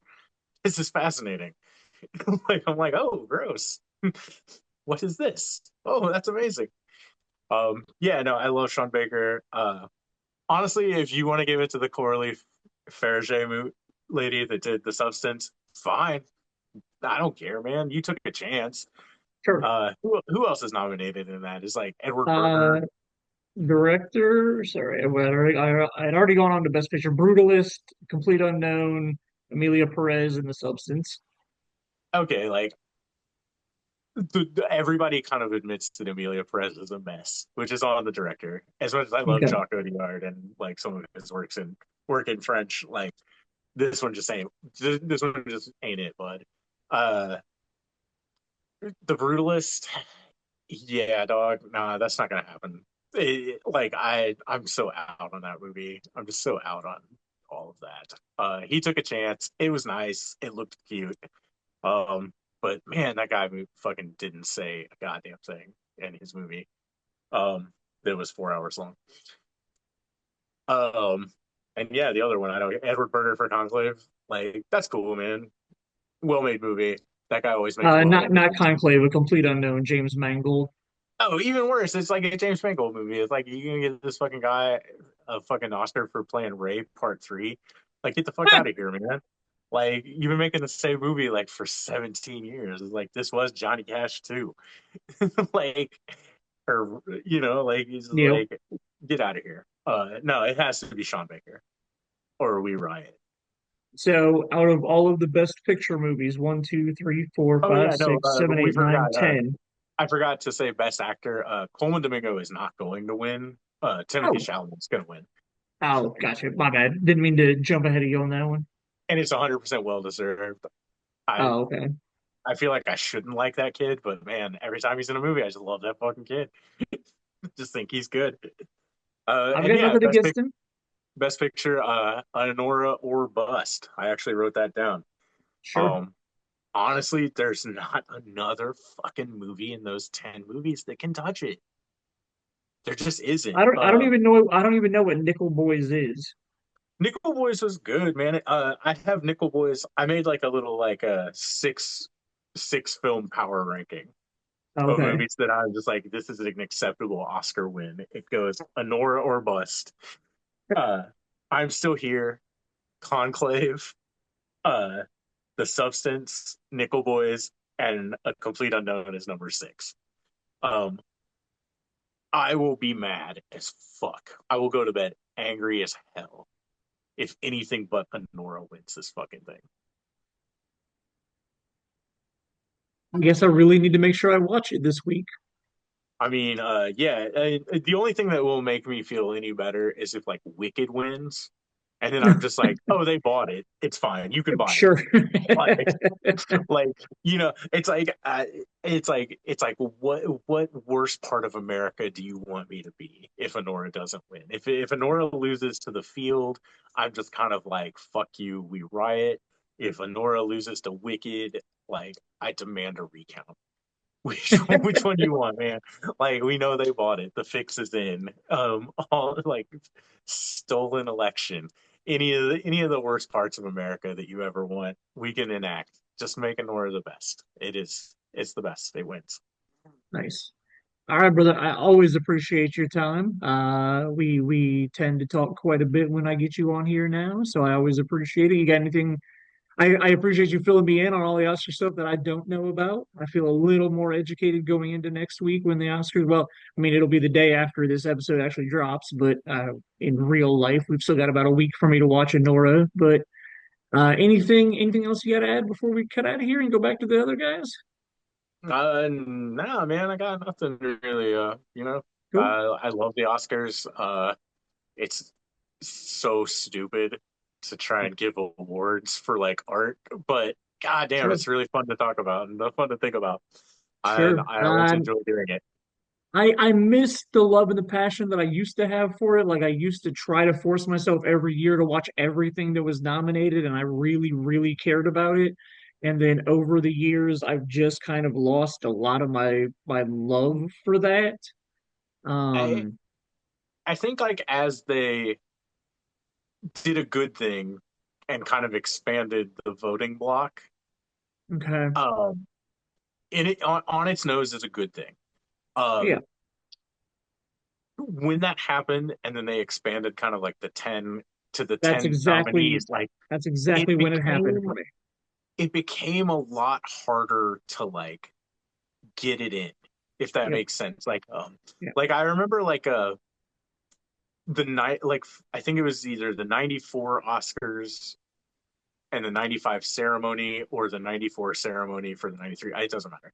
Um, but the best picture nominees were like Forrest Gump, Pulp Fiction, The Shawshank Redemption, Quiz Show, and Four Weddings and a Funeral.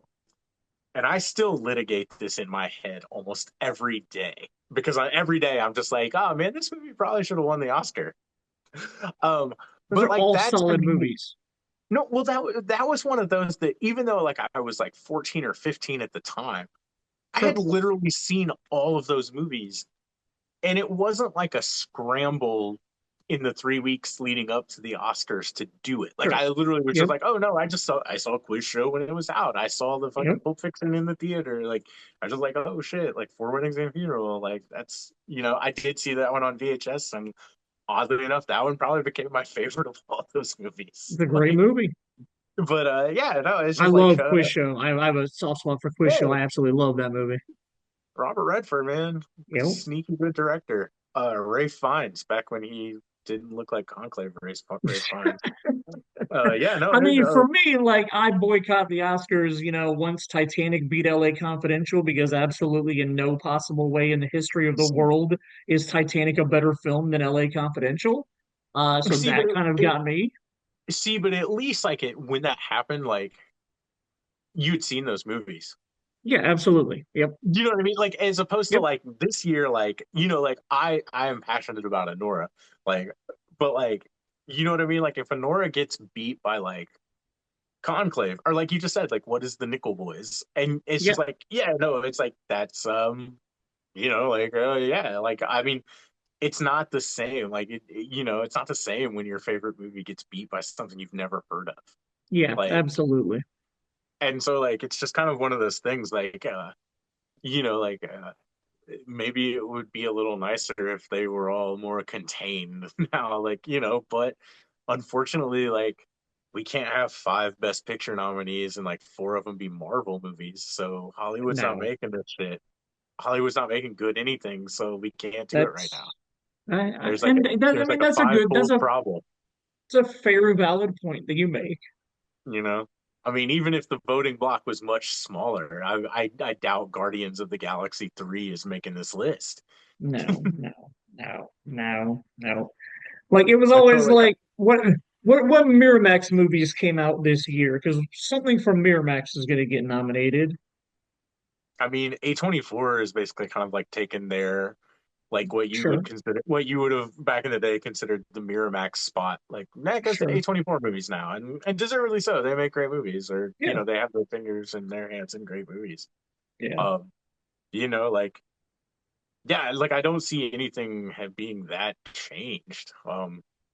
Other than just kind of like the place that used to produce the majority of really great movies stopped doing that, and it just became scattershot. You know, just kind of distributors galore. Yep.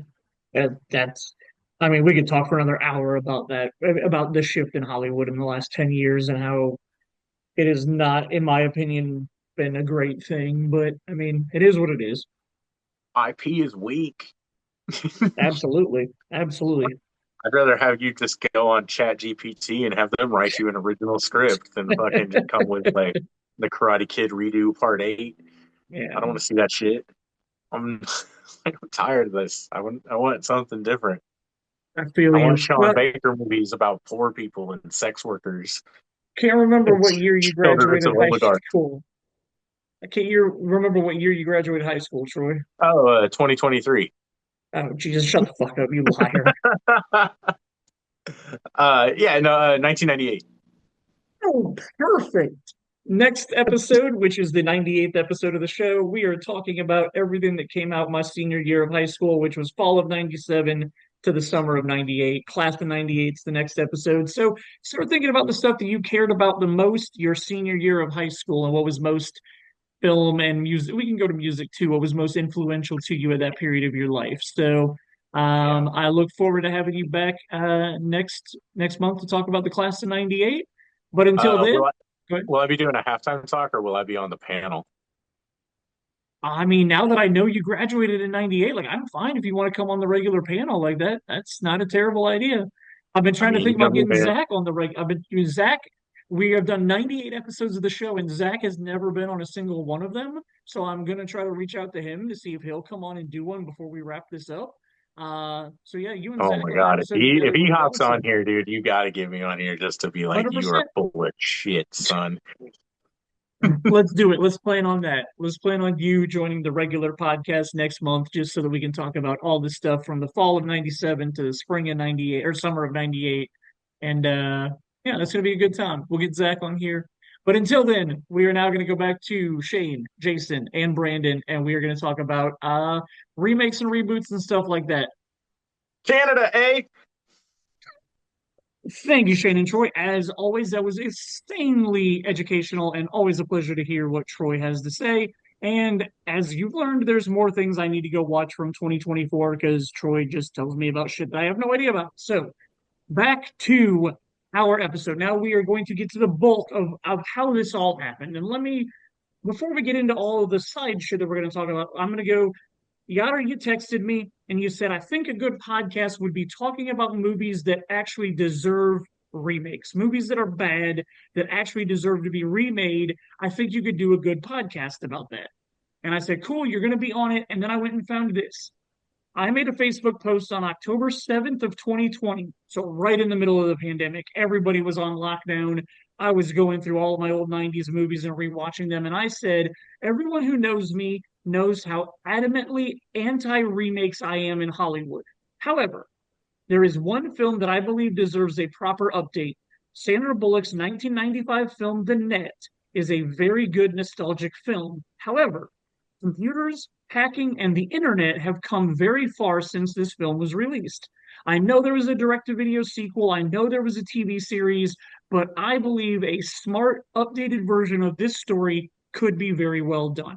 And that's what we're going to get to. That's what we're going to talk about here in a little bit. But that is how the genesis of this episode happened. Was you giving me that, or making that suggestion to me that that could be a good podcast? Me remembering that post that I made about it, and oddly, like, so October 7th was when I posted that. I want to say it was sometime in October that you texted me.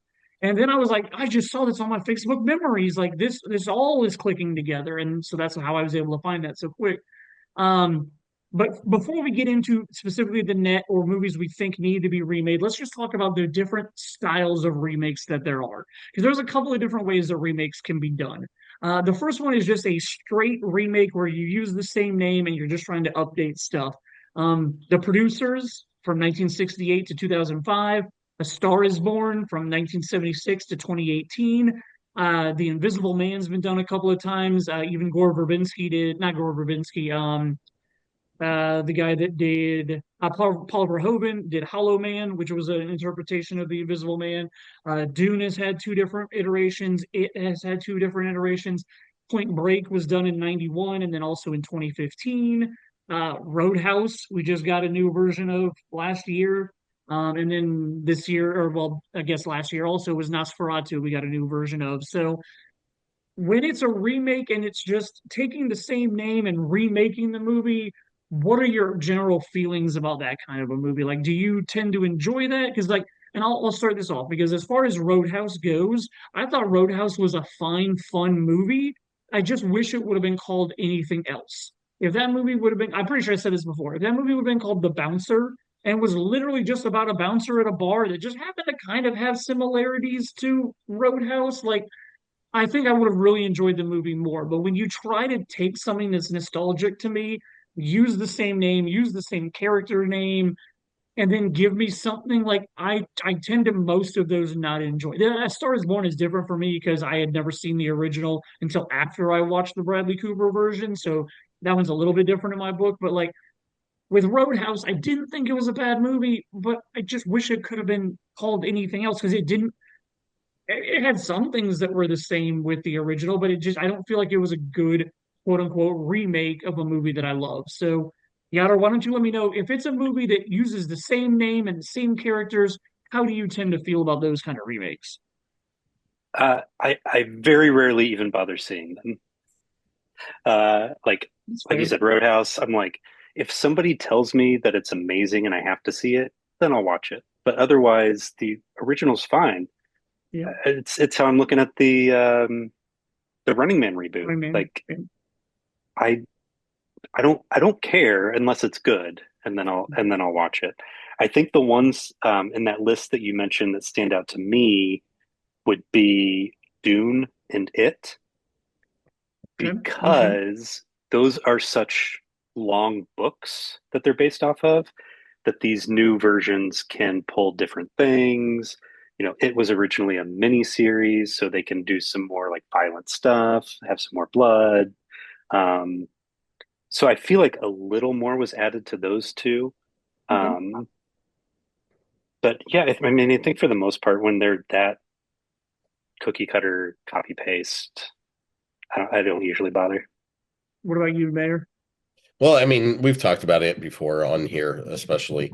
I'm right there with you as far as A Star is Born. Never saw the one with Judy Garland or the one with Barbara Streisand. But Oh yeah, then, yeah. uh, I've still never seen the Judy Garland one. I've only seen the Streisand one, which I um, saw after Gaga.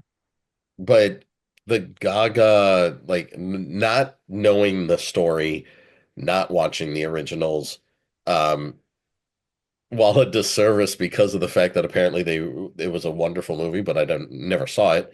Um, I enjoy Bradley Cooper a lot, and it Hmm. was really Lady Gaga's first real acting gig. Yeah. And while she does play a version of her own self, essentially, kind of like Eminem did with 8 Mile, they hit it out of the ballpark for me. Um, so I thoroughly enjoyed that. I think I'm right there with you with Dune and It. Because you had so much more that you could tell, and doing a movie version with It compared to the TV show miniseries, you definitely had more that you could go graphic wise and stuff to actually like. I don't think I've seen the original miniseries since it aired, or maybe a little bit afterwards, because I think I watched it again after. But like it was creepy, but this one was like terrifying, especially the first half. Um, Yeah. so, but and to your point though, Shane, you're right. Roadhouse should have been named Bouncer or something else, just like Point Break when they remade that and they called it Fast and the Furious. Like Exactly. you change the title, you change a little bit here and there, and then all of a sudden you have a whole new movie. Yeah. Whereas the Point Break remake, I never saw it, was never It's not interested. good. It's They're not lucky good. they got me to watch RoboCop when they rebooted that. The only Oh, reason, I didn't even put that on the list. Correct. RoboCop. That was another one. Terrible remake. yeah, and the only reason that one even got me was, I mean, Samuel L. Jackson and Gary Oldman were in that one. So like, Michael Keaton. was he in it too? Holy crud! Yeah. But wasn't if I'm remembering, it wasn't Samuel L. Jackson and Gary Oldman in there? I haven't Samuel seen the Jackson was remake. like I just know 100%. Michael Keaton is one of the like board members or something, I think. Oh, That was okay. the only reason I was interested in seeing it. If you take that away from me, then I have zero interest. Samuel L. Yeah. Jackson, I know 100% is. I The don't weird thing, remember Gary Oldman. yeah, Gary Oldman is the doctor who does the surgery. Oh, Oh, wow. okay. Yeah, so Gary Oldman's the one who does all the surgery to him and Okay. everything else. I yeah, Samuel L. is in it. Yeah. And you're right, Michael Keaton is in it as well. So, There we go. wow, I totally forgot it. Well, and like Yeah, I am a big Joel Kinnaman fan. Like the TV series that he did, which was an adaptation of a Swedish series, I really enjoyed. I can't remember the name of it now, but he was on a TV show that I really enjoyed. The Killing. Um, The Killing, yes, thank you. The Killing was an adaptation of a Swedish TV show, and I really enjoyed that show. So when this movie came out, I was on a Joel Kinnaman kick. I was like, oh, I really like this guy, and I just did not like that movie at all. That everything that was good about the original RoboCop they ruined in that version of it. So yeah, Yeah. RoboCop terrible. Well, let me ask one quick question. Yeah, When you think Red Dawn, who's the bad yeah. guy? It's Russia. Oh, It's Russia, right? You don't think sure. about the updated China one from a couple years Nope, ago. No, Russia's the not at bad all. guy. Korea though, wasn't it? Didn't they have Oh, was it to? Korea? I think they. I did again. I didn't see it because I didn't I care. think they shot it as China, but then China got really pissed. So then they ended up digitally altering it to all be like Korea instead. Perfect. They're all Oh, the same, right? Yeah. That's That's how Hollywood sees the world. yeah. Oh man. Oh man. Oh. All right, Shane. On to the Yeah. next one. I On to will the next one. real Yeah, go quick. ahead. Yeah. I will give you Invisible Man because I've just recently watched the remake from a Oh, few yes, years yes, ago yes. when they add like the tech suit instead, and I Yes. thought that was really smart and very well done. I will 100% give you that also. That definitely, yes, I 100% agree. I was thinking more like who was it? Chevy Chase in the 90s that did an Invisible Man movie? Memoirs of an Invisible Man. Memoirs of an Invisible Man. Which is It not was really an Invisible Man movie. Like it because it was like a it comic. but it Like, was directed by John Carpenter, so oh, good point. It was him, So Terrell yeah, Hannah. Wasn't that it? Wasn't I yeah, think she? so. yeah. It sounds right. So yeah, I was thinking more like the original, like black and white one, the Chevy Chase one, Hmm. and then Hollow Man. I honestly had forgotten. Yes, I very highly the blonde Elizabeth, the chick from that really famous Hulu show that everybody loves. Handmaid's Tale. Handmaid's Tale. Thank you. Yeah, the chick from that. Very, very, and I mean, it's got Aldous Hodge in it. I absolutely love Aldous Hodge. But yeah, Hollow Man, or I'm sorry, The Invisible Man from like 2020 or whenever it was really, really enjoyable. Yeah, Elizabeth Moss. Moss, there you go. thank you. I was going to say shoot Um, because she was in Hollow Man. I couldn't get it out of my head. Makes sense. I can see where you would go with that. Our next genre category is well, we got kind of like two: race swapping and gender swapping.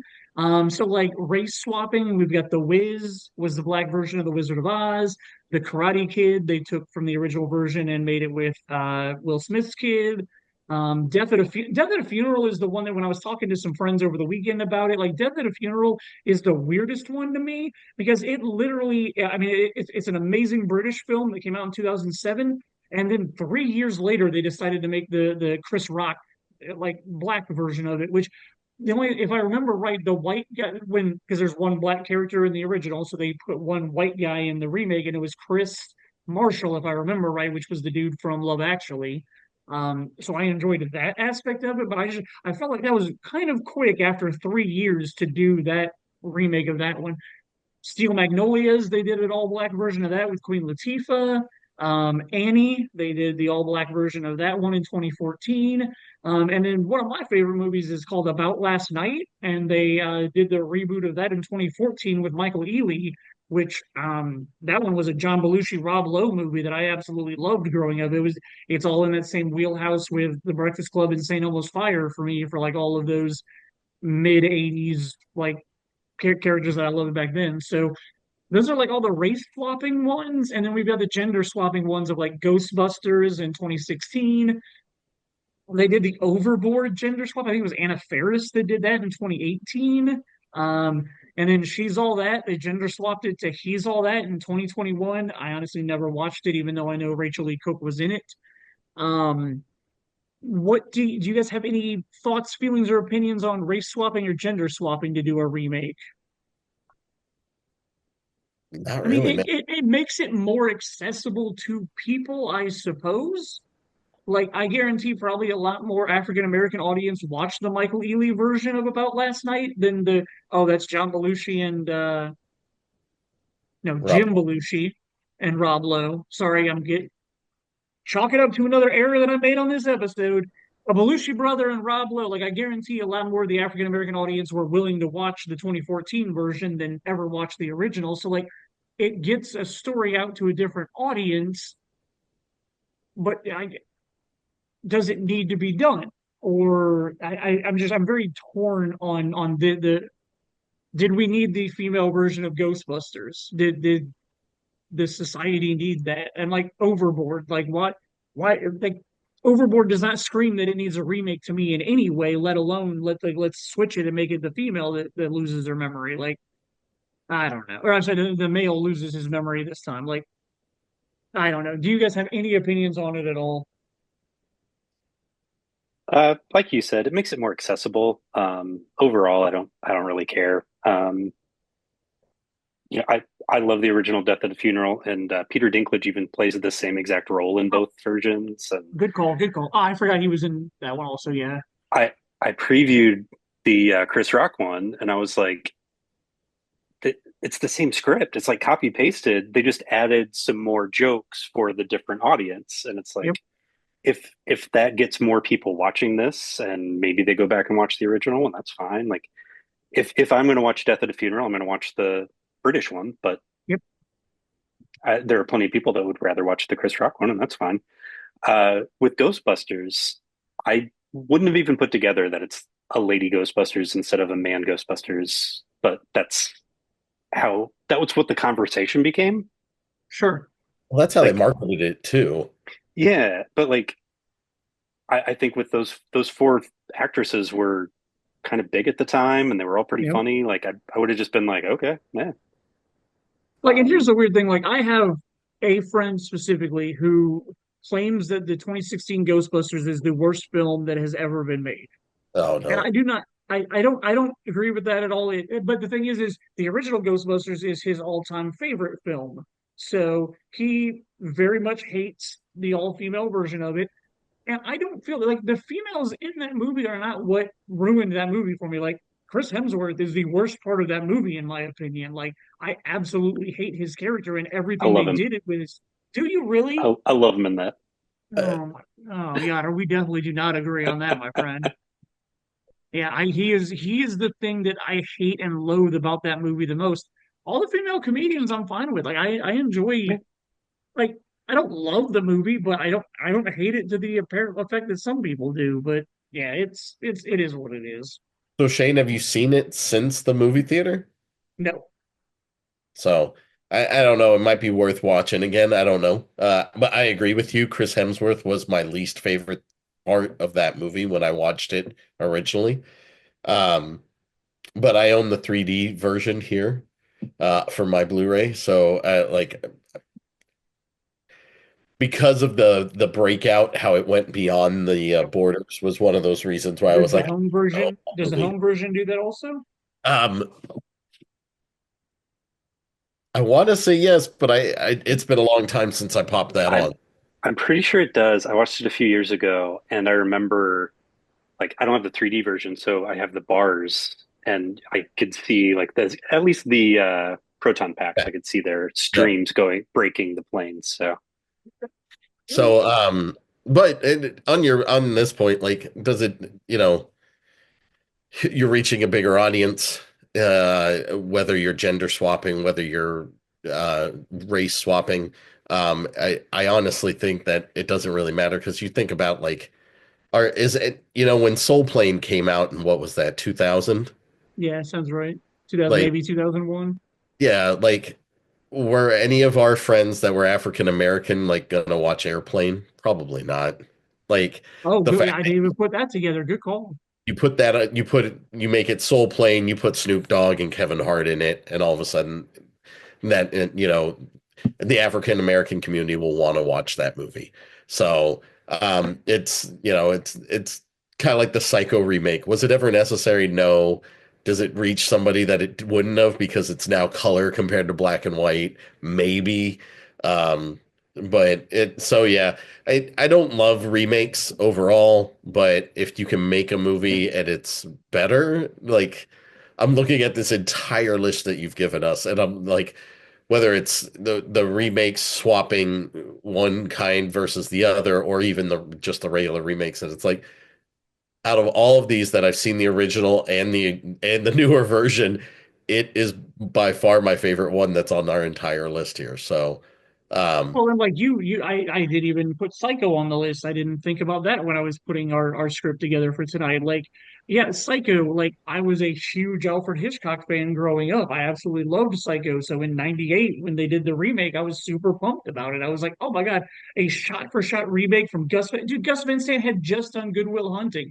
I was like, oh my God, I'm really excited about this. Like, I can't wait to see, like, it's in color, shot for shot. This is gonna be great. And it just wasn't. Like it didn't have like I don't even know how to explain the lack of emotion that I had for it towards how much I loved the original one. And like if you're giving me something that is supposed to be like a 100% pure true replication of something that I love, why didn't I enjoy what I watched? with the Psycho remake. I just don't get it. I don't know. That's All the right, part is as far as that remake goes, I think I to this day I think I'd show if my kids were ever like, can I watch a real horror movie? Like I think I'd put on the Alfred Hitchcock version. good. Be like You you need should. and you think about how little there is in that movie that's actually like it's all psychological. It has nothing to do with actually what's up on the screen at all. Um, because I mean, you get the shower scene is like dramatic and it impressionable, but it's not something that's like it's not gory. It's Nope. not like it's everything is in your brain in that movie. And I remember the movie with the remake was about to come out, and I was working for Michael Shelton at the time when he was working at when I was working at Castleton Arts, and I mentioned something about, oh, I'll go see that. And he was like, have you seen the original? I was like, no. And he was like, no, you're not allowed. Not allowed to go watch the remake without seeing the original. And I was like, whatever. Like, and he was like, no, no. And so finally I decided to watch it. And man, that movie is creepy and freaky. And the whole sequence at the end when he comes into the room and the light, the way it's swinging and everything, I'm getting chills thinking about it right now. I'm literally getting goosebumps because it freaked my brain out. And here I was 17, 18 years old, like seeing a ton of horror movies since I was like 4, and that movie messes me up and it makes no It's sense. it's So, I'm crazy how surprised that coming holds up. from Like I had a girlfriend a few years ago that had never seen it, didn't know the twist or anything. And so I'm like, okay, let's sit down and watch this 70-year-old movie that you don't know the most famous twist in history to. And like she was still like captivated and like scared at the right parts and like it absolutely holds up. Yeah. I'm surprised from the film family that you came from, Jason, that you hadn't seen that. That's crazy. yeah, there was just never one. So real quick, complete huge tangent, real quick, nothing to do with remakes. But I have a Okay. question for you, Jason. When your child comes to you and says, "I'm ready to watch my first horror movie," like you thinking Halloween, Scream, I know what you did last summer, like where if they're like, "Dad, I want you to show me a horror movie. I want to be scared." Like, what do you think you, as a father, a film loving father, would want your child's first horror movie to be? Um, so Sarah came to me and she wanted to watch a horror movie. She's 10 years old. She's never seen a horror film. Um, she didn't do well with Pirates of the Caribbean. Like, so like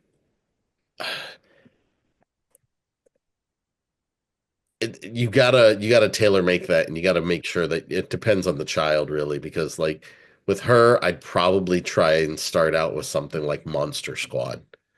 So Oh, okay. it's a fun adventure film for kids for the most part that just happens to have some horror aspects to it.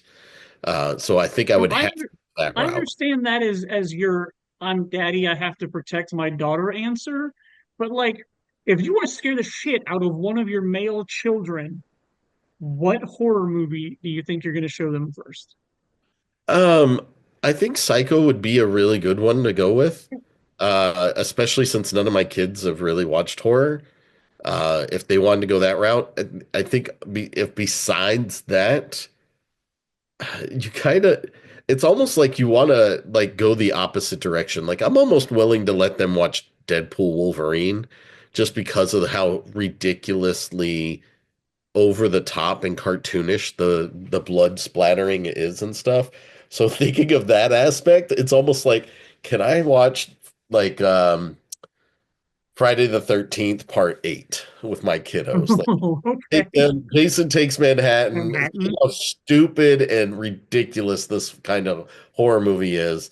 Yeah, because dude, I had night terrors when I was a kid. I don't know if you guys ever dealt with anything like that, but like there were certain like we were literally watching Halloween and Friday the 13th and Freddy and Chucky and Shocker and like all these horror movies. It played nonstop in the house. Like we were constantly watching these movies. And dude, from the time when I was like 4, and I can remember having multiple times where I'd wake up like freaking out in the middle of the night that somebody was in my room, even though I had a nightlight on, or something was under my bed or something when I was, 6, 5, 6 years old. And it's like we've stayed away from that for a good portion of everything, just for the simple fact that I don't need that in my life. There's enough bad crap that's going to come down the path eventually for my children anyway. So, but we could be those parents who brought their little 3 and 4 year olds to come and watch it while we were over at Glendale. My So, God. and They'll just Kids. sleep through it. No. oh Yeah. I will say what you were explaining or about wanting to watch like um Friday the 13th Part 8 or something like that, kind of entering when it gets kind of cheesy or silly. Like, I feel like that's how our generation got introduced to horror in general, though. Like, I feel like we were growing up in those mid, at least I was. I'm much younger than you guys. I'm still in my 30s. Uh, For another hour and 4 minutes. um, but I think we were growing up when like those series had already kind of turned comedic.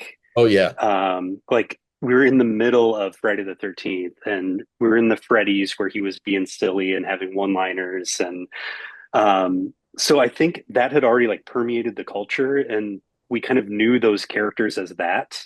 Certainly before I went back and watched the first Friday the 13th, which was actually kind of scary. yeah. Um, but like so I think what you were describing is kind of how we came up of having that familiarity with the characters and then knowing them as horror. Yeah, and I just recently pre-ordered a 3D box set that's going to have 3 movies in it, and I was sharing this information with Shane.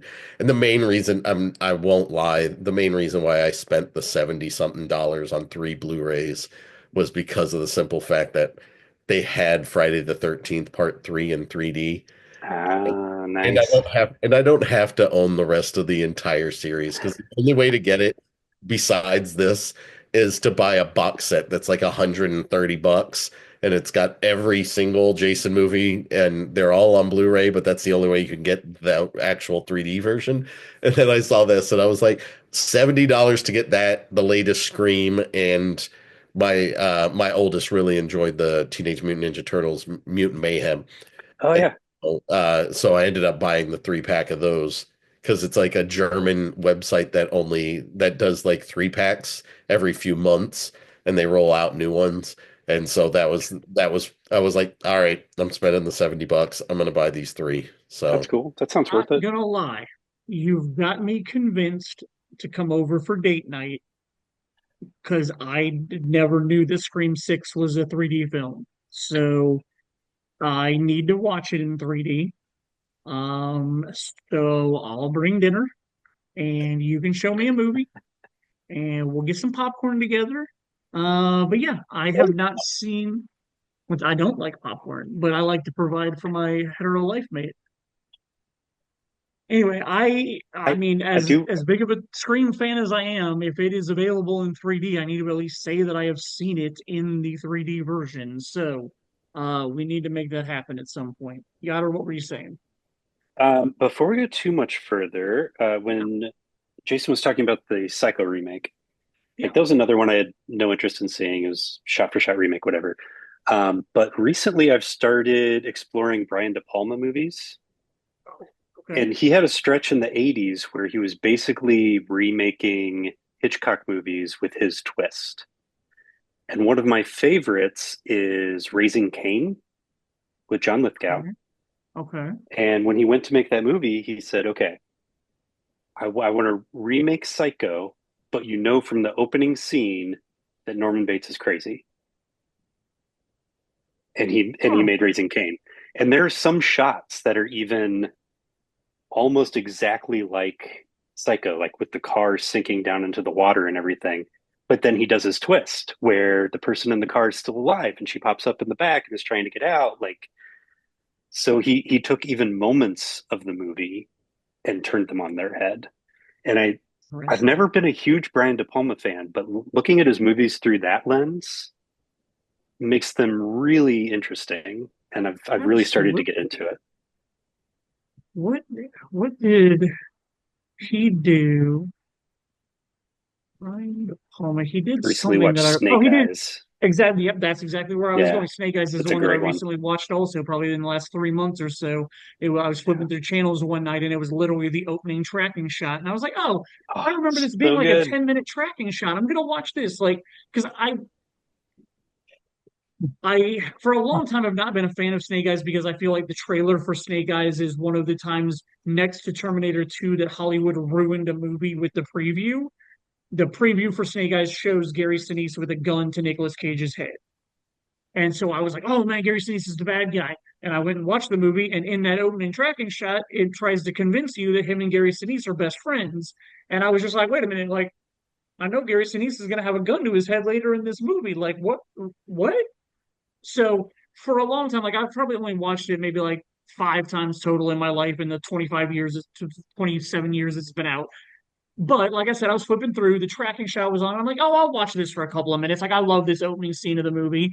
And then like it just kept going, and I was just like, wait a minute, I really like it. Yeah, that's right. This is done right. It's a very Rashomon movie. Like it shows you Yeah, different things from different perspectives. And I was just like, man, this movie is a lot better than I remembered it being. Like I hadn't watched it for a few years. And I was just like, man, I really do enjoy it. And then at the end it said Brian De Palma, so that's why his name was yeah. stuck in my head. The next one I want to watch of his is called Blowout. It's John Travolta. I think early 80s, maybe late 70s, Okay. but it's supposed to have some of the same like kind of DNA as uh, the movie we were just talking about. Hey I guys, Uh, like it's think supposed to have kind of that same who to trust kind of whatever, but he okay. does I think audio or visual effects in movies, and so it's kind of that twist. But I don't know. 1981, There you and go. I was looking up Brian De Palma. It was like right there when you said it. So, a movie sound recordist accidentally records the evidence that proves that a car accident was actually murder, and consequently finds himself in danger. Nice. I've not seen that. That sounds interesting. You got me thinking I might need to go watch some more Brian De Palma stuff. Yeah, Ever I'd seen say look look in You've never seen beforehand what? to see. I'm sorry. Go ahead. Scarface? Oh, I don't love Scarface. That's fair. Oh, gotcha. Yeah. I would What say were you look in saying? beforehand to see what movie he's like trying to do his spin on, Okay, so that you have that going into it and you can watch for it. nice. Um, yeah. The Untouchables, Um, my go favorite ahead. one that did. Gentle. Mission No, Impossible. the Untouchables. Oh, Oh, the Untouchables. Sure, My Untouchables. sure. favorite movie Brian De Palma ever did. That's fair. I do, like you said, I love the first Mission Impossible. I think that is the I do best of too, the entire franchise. but my favorite movie of his specifically is definitely The Untouchables. You cannot Gentle? Okay. can't go wrong with that. And The the guy Untouchables is great. who wrote it? It was David Mamet. Oh yeah. Oh Oh, yeah, David Mamet. Brilliant. So Um, the Body Double. last That was the one I was trying to think of. Body Double is oh, his Body take Double. on Rear Window. Oh, okay. Yeah, that as was you're one, mentioning Brian De Palma movies, I'm realizing like I've seen all of these like once, did not know that, and never would have put that together, like because I don't remember, like I don't think about them very much. So Yeah, he that yeah, reuses I a might need ton to of go. he Okay. reuses a ton of his actors. yeah, Like Uh, it is. so our last version of remakes is almost entirely specifically dedicated to Disney, and that is when Disney decides to take their live or their animated films and turn them into live action movies. And I have literally gotten to the point where I refuse to watch them anymore because the few that I was bamboozled into watching were so terrible that I hated them. And Aladdin was the first one, if I remember right, where I said, nope, not doing this anymore. So I haven't seen Aladdin. I haven't seen The Little Mermaid. I haven't seen anything. I might change my mind this year I might be willing to go see. I mean, I will. I'm going to watch Lilo and Stitch. I absolutely love Lilo and Stitch. The trailer doesn't look terrible, but I also feel like I've been bamboozled a lot because the Lion King trailer didn't look terrible either, and I still hated that movie. So I don't know. Has there been any Disney animated to live action remakes that you guys have found enjoyable at all? I don't think there are any that I've even seen. Um, because I mean, I remember Beauty and the Beast was coming out. Like they had the same shots in the trailer. Like the trailer was a shot for shot remake. The Sure. songs are the same. I'm like, and it's not live action. There isn't a real beast. They Oh, didn't good call. they didn't train a bunch of lions for the Lion King remake. It's CGI. That's not That's live true. action. It's a Okay. cartoon. Uh, You're I not don't know. wrong about that. I didn't think about it that way. I'm So, I'm well, live action? Yeah, I'm anti remaking good films just for the sake of putting a live action person in there. Um, I bought the first one, which that they did, which was, in my opinion, well, I mean, you think about it, you could go all the way back and say like 101 Dalmatians with Glenn Close and everything else, Oh, but good call. Yep. specifically what their new run of it started with Beauty and the Beast. Beauty and the Beast, the movie, I actually liked, they give you a little bit of backstory as to why Belle's mom's not around anymore. And that's because of the plague. And they had a couple of new songs in there that I really enjoyed. One was Celine Dion, and then another one was Michael Bublé, I think it was. Was one of them from the musical? If I do I remember that right? Um, Ooh, it might have been. I can't remember. But yeah, but Emma Watson was dreadfully awful as Belle.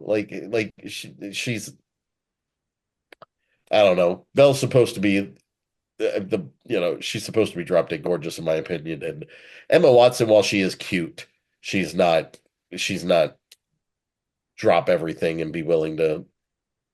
A side story about this, I just recently read within the last week that Emma Watson dropped out of doing La La Land so that she could do Beauty and the Beast. When she signed on to Beauty and the Beast, Ryan Gosling was signed on to be the Beast, and he dropped out to go do La La Land. And I thought that was always really weird. No, I'm sorry. I didn't always think that was weird. For the last week, I have thought that was weird since I learned this information. Yeah, but I'm with you on the Lilo and Stitch, and that's just because it's one of my favorite Disney films of all time. I'm willing to give it a shot. I'm hoping that they add. There was an aspect that they cut out of the original movie, which kind of makes it a little bit darker and talks at one point. You kind of she talks about losing her parents and stuff, and it Oh, kind of apparently gives Stitch like some perspective and like might help add to why he changes in his attitude and everything and okay. his sense of family. So if they add that in, maybe that'll help. But that's the thing is, and that's my problem with How to Train Your Dragon, right? Like my Yeah, okay. my all Yep. time one of my all time it's the best trilogy animated ever made in my opinion. And I absolutely adore that series. And you're going to make a shot for shot remake because it's the same director and he's literally making a shot for shot remake. And what's the point? You already have, in my opinion, one of the best movies of all time as far as animated film. And you're literally just going to go make it shot for shot. It's Psycho all over again. Why? Why are we bothering? There yep. is Who's that for? yeah, and you're gonna tell me it's for the kids, and it's like, wait, no.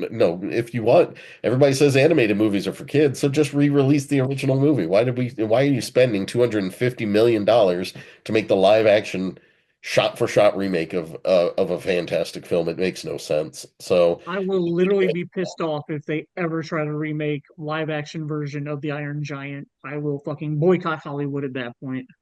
who knows? Maybe Can they and it looks wonderful, but if it's a shot for shot remake again, you don't it's like I don't need remakes of everything. And I said that when Beauty and the Beast came out because I held on to a little bit of hope and then I watched the movie and I was like it's literally the same movie with like two extra scenes and two songs that I've never heard before, but it's the exact same film. Like and it doesn't have the heart that the animated version had. So like it's useless in my opinion. So Sure.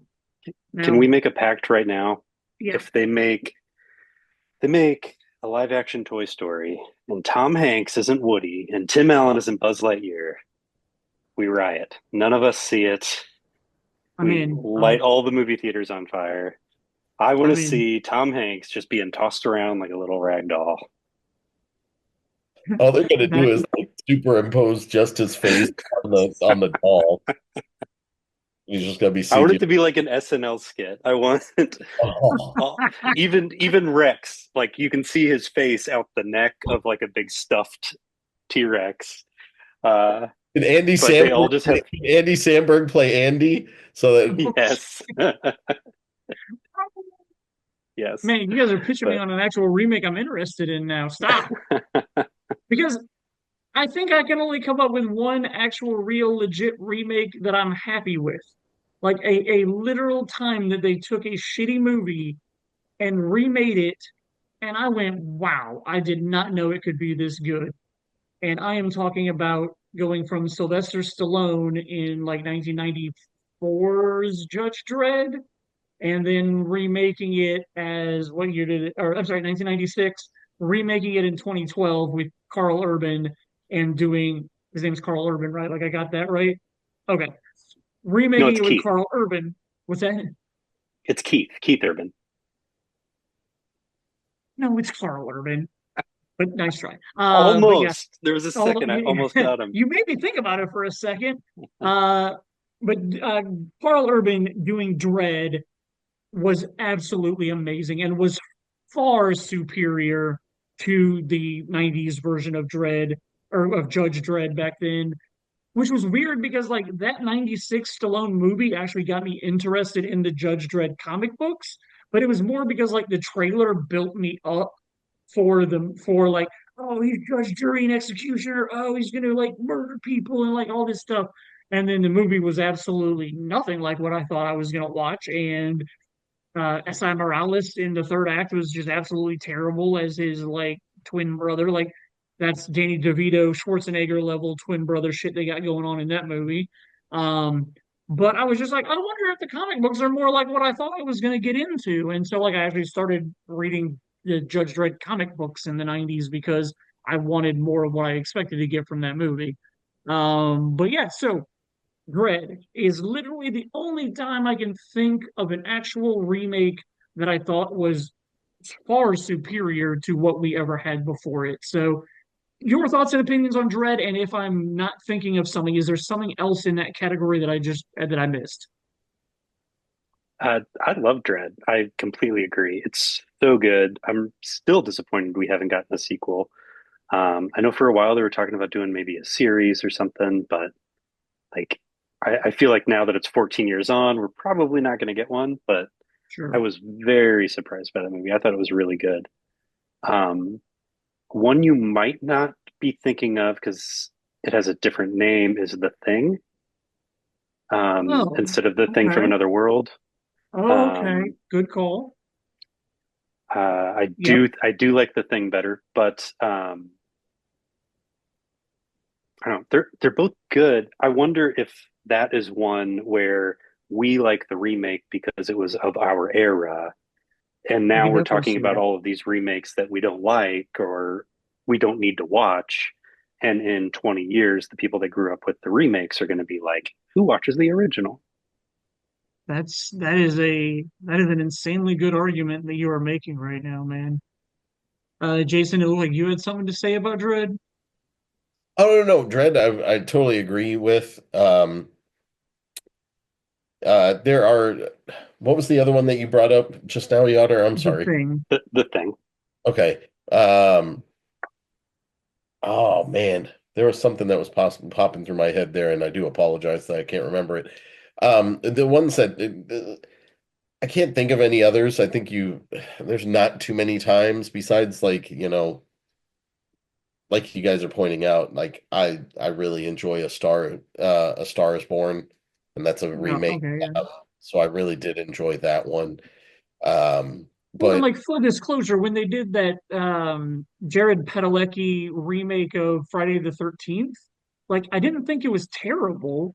Like I don't necessarily want to say it's better than the original, but like it was an okay remake for kind of trying to update that concept. Like it was I, okay. I was going to bring that up. I think in general, horror does okay with remakes. Like I really like the Texas Chainsaw Massacre remake. I Oh, don't good like it call. better than the original, but I Good like it. call. I think it's really good. You talking about the Um, 2021 that came out?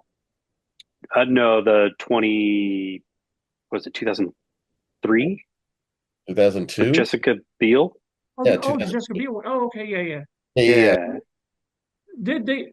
Am I misthinking? I thought during COVID at one point we got a new Texas Chainsaw Oh, Massacre also. yeah, there's a new Okay, one. okay, It was a legacy sequel type that was on Netflix. okay. That's the one I was saying. But yeah, the Jessica Biel one. You're right. Yeah, yeah. I remember that one. Texas Chainsaw Massacre is a mess. Every movie is either a sequel or a prequel to the original. None of them are sequels to the one before it. It's And is the Jessica Biel one the one where you find out that she's like related to Leatherface, or was that a later one? No, that was That a, that was a was later one. okay That because was I Texas remember. Chainsaw 3D. yeah, Gotcha. that one I was in okay 3D. because I remember that one and just being like, Yeah, this is really weird. Yeah, yeah. so I will agree the horror genre does have the ability to remake itself and still be decent. I liked Friday the 13th when they rebooted it, but the Little bad. Nightmare on Elm Street one was not good. Mm. But then like I actually enjoyed the House of Wax with Alicia Cuthbert, the remake. It was good enough. I won't say like it's not like I'm like, ooh, you need to watch that. It's just more along the lines of, hey, there's pretty girl eye candy, and it's interesting enough. And Paris Hilton gets burned or covered in wax at one point. So, uh, but yeah, I because the other one I was thinking of, House on Haunted Hill remake, terrible. I was gonna say. The Ring was made from Ringu, and you're not even talking about people like Right.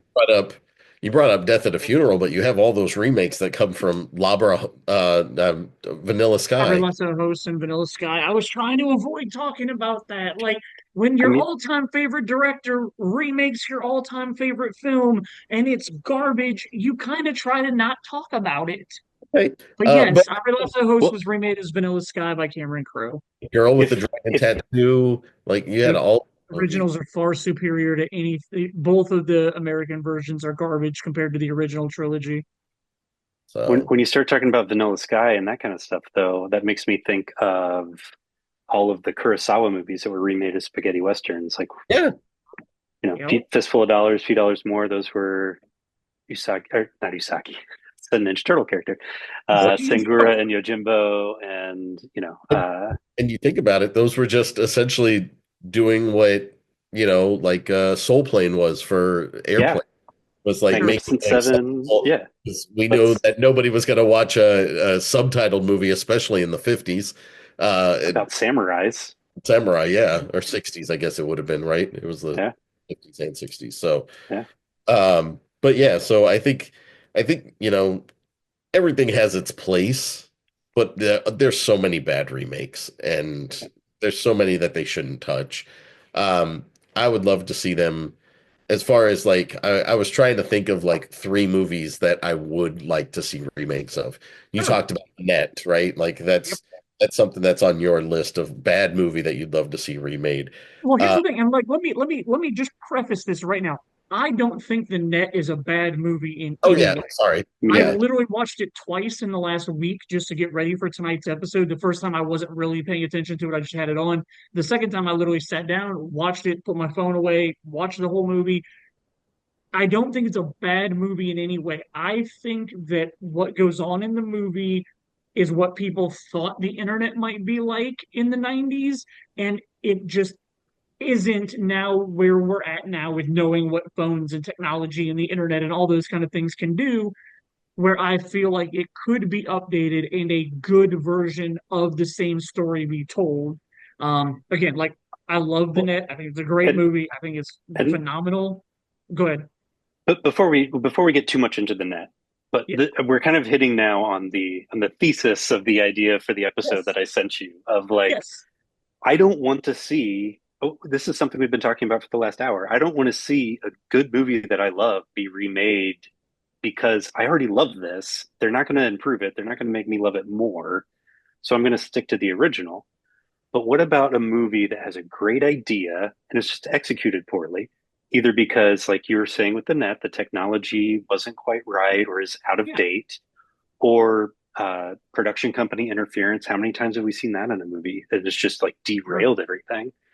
Or maybe they had one good kernel of an idea and there's one good scene in a movie, but then 90 minutes of crap that you have to wade through. Like, what if they can take that scene and make it like a better movie? So that's kind of where I was coming from. Absolutely. So Jason, you sounded ready to go. Tell me what three movies you came up with that you think deserve to be remade. Well, I don't know if I have all three of them right away, but Okay. one of the ones that is in my brain, just because I think that it could be kind of interesting, especially with like, when RoboCop, when they remade it, you started having drones, militarized drones that the police were using, in addition to RoboCop. So, one of the ones that popped into my head was, and not that this is a bad movie, I just haven't seen it in forever, is Runaway with Tom Selleck. Okay. So Okay. I'll give you that.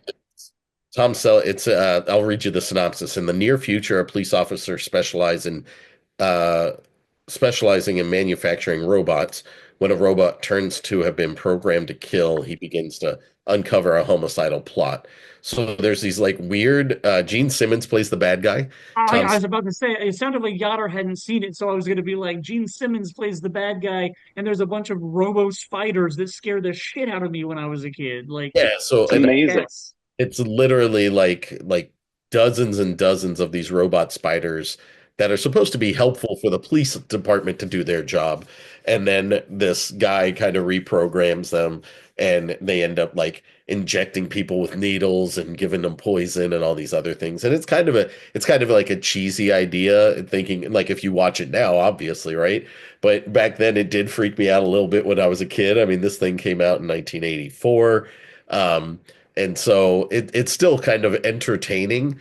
But I think that you could have something that's a little bit more creative now, remaking this movie with whether he's a cop or not, but having somebody who manufactures robots for all these different possibilities, and then somebody's reprogramming them to cover up a nefarious plot of some sort. But yeah, I thought that that would be kind of a Oh, fun way to watch a yeah. remake. I'll Sounds 100% awesome. give you that. Because yeah, I did really enjoy the movie when I was younger, specifically because it was one of those movies that did scare me because of the like. There's a scene where she's trapped in a bathroom and these robot spiders are like she's in a stall and these robot spiders are coming under the stall and on the roof and like it is a creepy ass scene. But, Uh, but yeah, that could but definitely get a remake and be done well.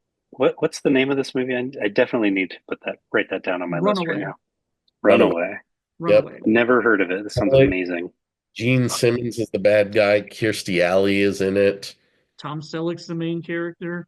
Oh, hold on. I was looking this up for you. Oh, I already told you where Highlander's available at. Runaway, I believe, is streaming on something.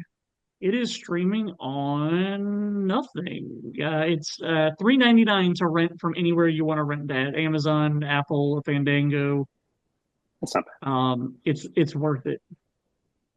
So, but yeah, that's going to be my first one that I throw into the bucket. So, We got her bad. Nice. throwing into the bucket real quick. So ironically, this is something I've been thinking about for years and had a list, lost the list. Ah, Yesterday, was very upset that I couldn't find the list, and these are the first couple that I thought of. So all right. this is not a great list. I don't love this, but and I'm just going to do one as well. We can just kind of go round robin here. Yeah, that sounds But the good. the first one that I thought of, Ghost Ship. Now I Why does said everybody want to talk to me about no. Ghost Ship? There's it's a terrible movie, but that opening scene is great. Can we just get like a good director that can take that opening scene and then make a good like Bermuda Triangle movie or something? Like it's a Well, and solid idea I want why to you would go. have so many ghosts on a ship, I want to but go to Ryan's argument when horribly we done. talked about Ghost Ship on the last episode. Was the opening scene actually isn't even the whole scene? Like it's not even that great. It's not until the middle of the movie when you get the flashback of everything that happened in the actual opening scene that's actually worth watching. Well, sure, sure. Yeah, that movie. Either way, it's it's a terrible, terrible movie with one good idea that if you could just make a good movie around it. I want somebody with capable hands to take that idea of everybody dying at once on a ship without the ship sinking and make it a good movie. I don't understand why it was so hard. Yeah, man, yeah.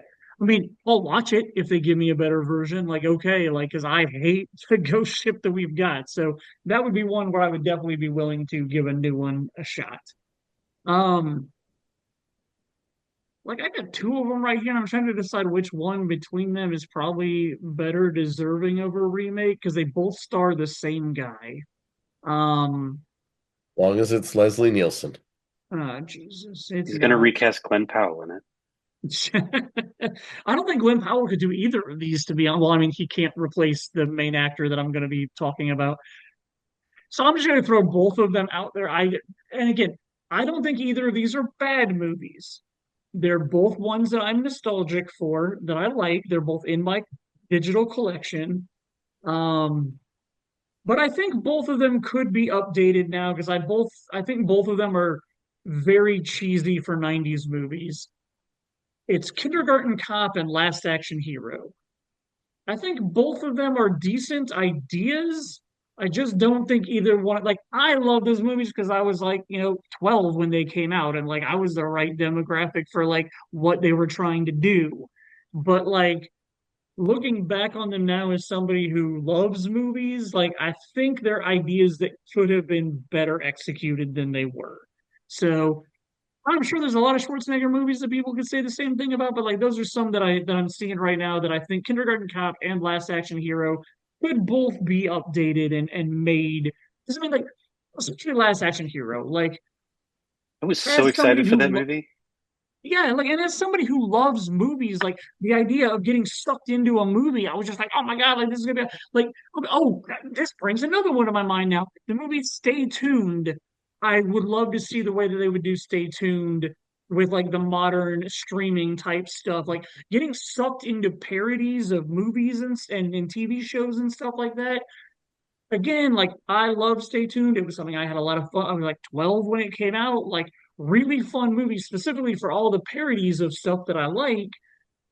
I think nowadays they could figure out a way to do it even better than what they did back then. So, but yeah, with Last Action Hero, like the idea of getting sucked into a movie and being part of a movie was awesome. And then, and as a kid, I was like, oh, this is cool. But like as I've watched it older, I'm just like, this could have been a lot better than it was. I think Stay Tuned is the perfect example of the shifting technology that we were talking about, though.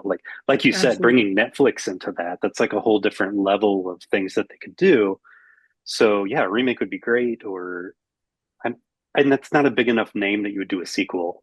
Like people No, aren't yeah, no, clamoring for a sequel. Um, no. so Especially yeah, not with John Ritter passing away and the guy that right, played the right, devil in that movie has so much baggage these days. Like, yeah, like right. a sequel would But never be a good idea. it would be awesome to watch them remake that. So Yeah. I think that would be cool.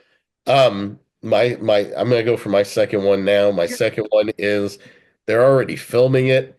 okay. Excuse me. I'm afraid that they are gonna make the same mistakes that they made with the original, off of the information that I have read about. Um, and it's Masters of the Universe. So, Masters of the Universe, I was a huge He-Man and the Masters of the Universe fan when I was a little kid. Um, God, they're so bad.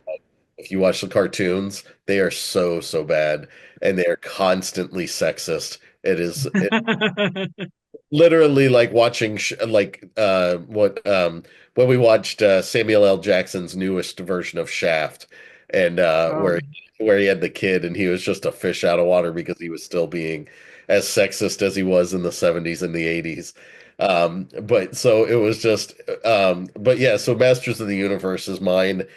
Dolph Lundgren movie is it's bad. It's not that it's not I don't mind it because of the nostalgia factor for me and how much I loved it, but it's a bad movie. They were plagued with tons and tons of production cost problems. Orion Pictures or Canon Pictures, I can't remember which one it was. They were they ran out of money and literally like at the end like had no end sequence at all, and the entire I don't know, I'm guessing you both have seen it. yep. So the last sequence when He-Man and Skeletor are fighting and they're the only ones in the throne room and it goes all black, and it was all because of the fact that it was creative filmmaking. It was guerrilla filmmaking actually because of the fact that they weren't even supposed to be on the set because the set was supposed to be closed off because they couldn't afford to pay the bill. So like they snuck back on set and like filmed this and couldn't turn on everything because of the fact that they weren't supposed to be there. And yeah, Wow. it was a huge, huge dumpster fire of a movie. Um, I loved it when I was a kid, and I thought it was kind of cool. I was like, "Ooh, He-Man's on Earth. That's so cool." Apparently, that's what they're doing in this new one. They were showing some. I saw somebody talking about it, and they were like, He-Man's being walked away in handcuffs, and it's like, oh man, like he just set it on Eternia. We do not need to come over here to Earth at all. Unless there's some reason because like his mom in the cartoon was from Earth and Oh yeah. she was an astronaut and she ended up going through a wormhole and getting to Eternia and crash landing there and then falling in love with the king, and that's how He-Man's born. So like if you're gonna go that route, like maybe if that's like a help to me, like maybe you can get away with it if like he's trying to get his mom home or whatever, or finding out that that side of his family is being attacked by Skeletor or some stupid stuff. But overall, I think it doesn't bode well for the film. But I was hoping that if they were going to make a remake, that it was going to be better than this. But we shall see. Jury's out. So that's my number two. Interesting. Yeah, what else is on your list? I will say, while he was talking, I thought of another remake that I actually really like. So did Um, I. when he talked about going through a wormhole, Planet of the Apes. I really like the new Planet of the Apes movies. I loved the ones from the 70s, the 60s. Okay. I think they're great, but I think the new series does a really good job updating them, and I like those too. Well, they are. I will say they are far better than what Tim Burton gave us. But I'm still Yeah, not a huge fan. Like I like the first one. I like James Franco and like learning how the apes become what they become down the road. yeah, But the ones after that I haven't cared for as much. that's fair. And then while I'm looking through my digital online list, some of my favorite books that see, like I don't even want to know. So a book came out that I love called One Day. They made a movie about it with Anne Hathaway and Jim Sturgis back in the early 2010s. I really liked the movie. I thought it was really good. It did a good job of the book. But when they just did the Netflix series last year and was able to take, like, because obviously you have a great book that I love, they cut it down into a 2 hour movie, which was fine. They hit most of the stuff that mattered. But the TV series being like 10 hours long or whatever did a far better job of hitting like the emotional stuff that was left out of the movie. So while it's not a traditional remake, since it's taking a book into a movie and then a movie into a 10-hour TV series, I did really enjoy, like, I didn't think it was a step backwards in any way. Like, I was happy when they made the movie because it was a book that I absolutely love.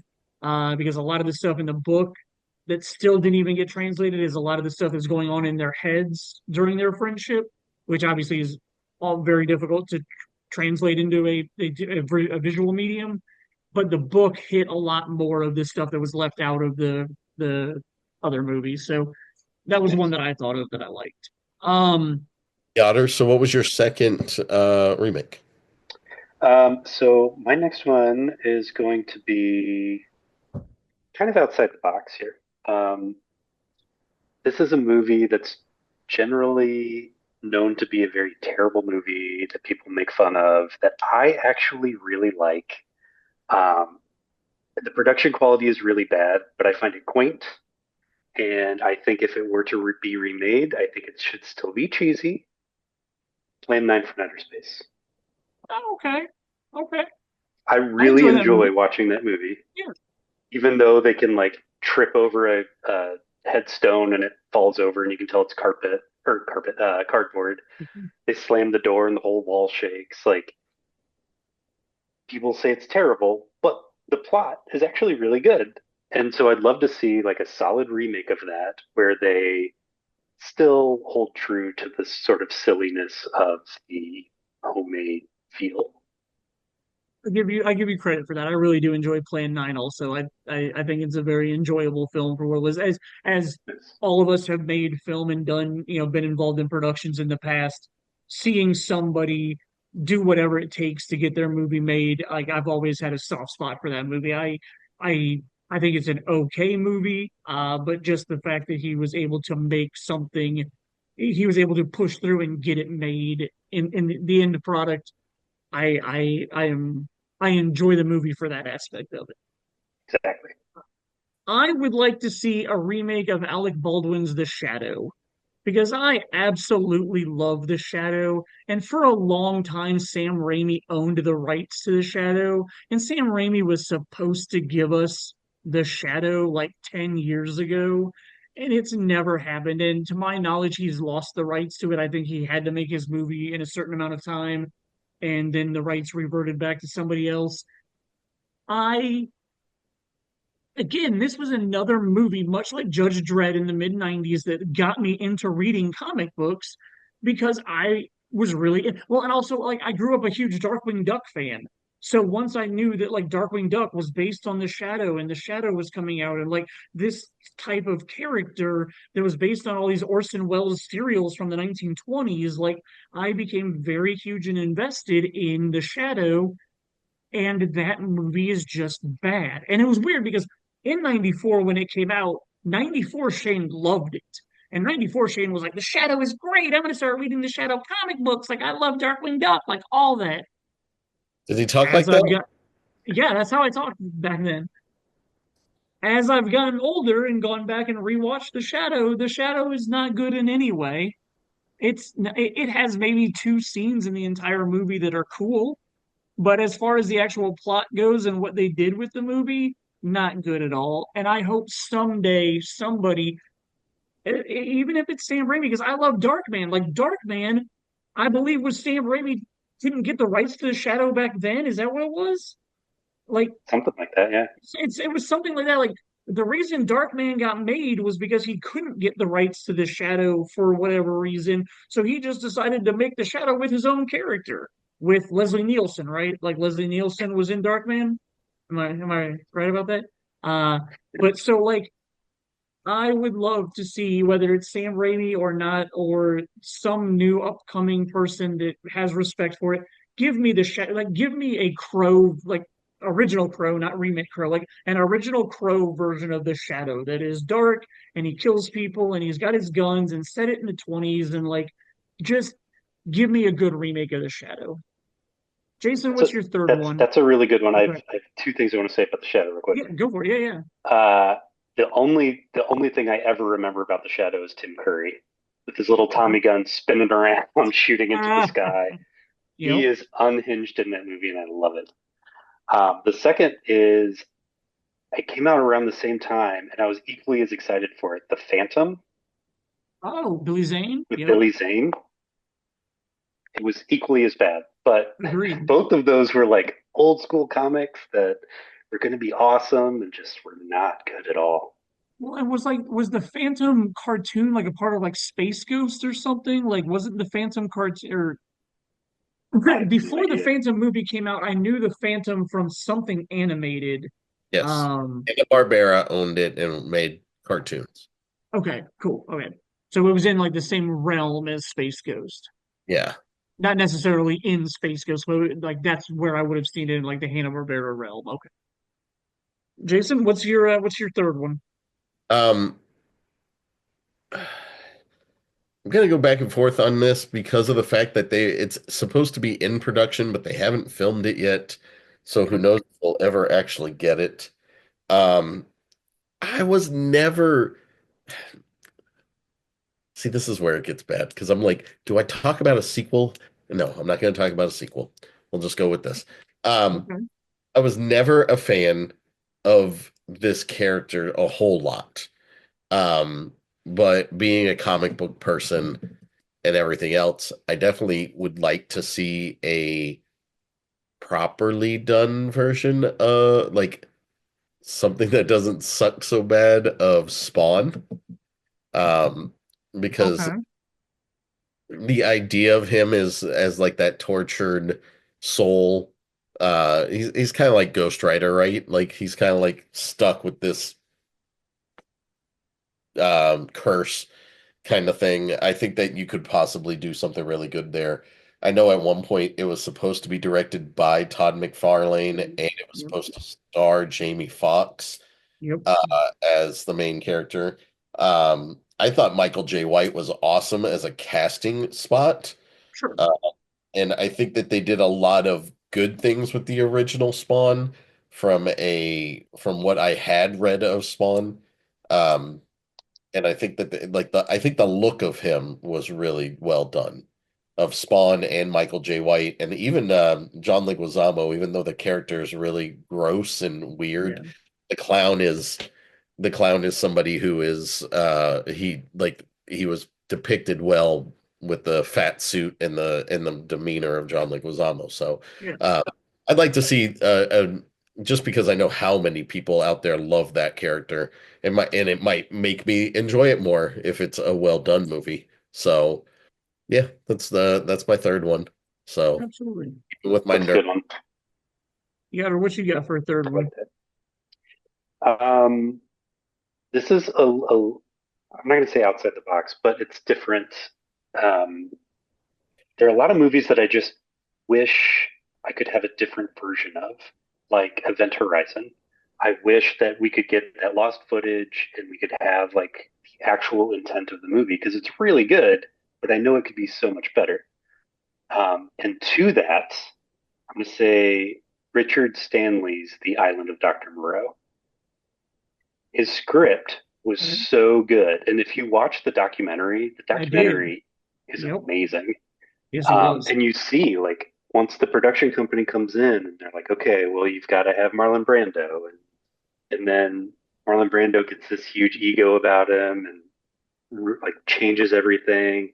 And then at the Yep. last second, Val Kilmer comes in and that changes Yep. everything. And what you're left with is something that's nothing like the script. Yeah. And I feel like he made some really interesting movies in the early 90s and he kind of just left Hollywood after that because it was such a terrible experience. And he's come back with what was the H.P. Lovecraft that he did with Nicolas Cage? Uh, Um, uh, I could see it. I me got too. you. It has like a purple cover. Yeah. But and they're talking Uh, about letting him do some more in that series as well. To do like it's some more H.P. Lovecraft kind of stuff. But I think now that he's starting to get some traction again, if they could revisit that script and let him just give him full reign, like just make your movie, I think it'd be really good. I Co- literally can see the cover to it, and I'm Something out of drawing space, color out of Let's space, face color. space. Color Yes. color out of space. Space. color out of Yes. space. Yeah. Okay. Geez, thank you. Um, So now that he's kind of coming back a little bit, I'd like to see him make his passion project. Nice. Yeah, that would be cool.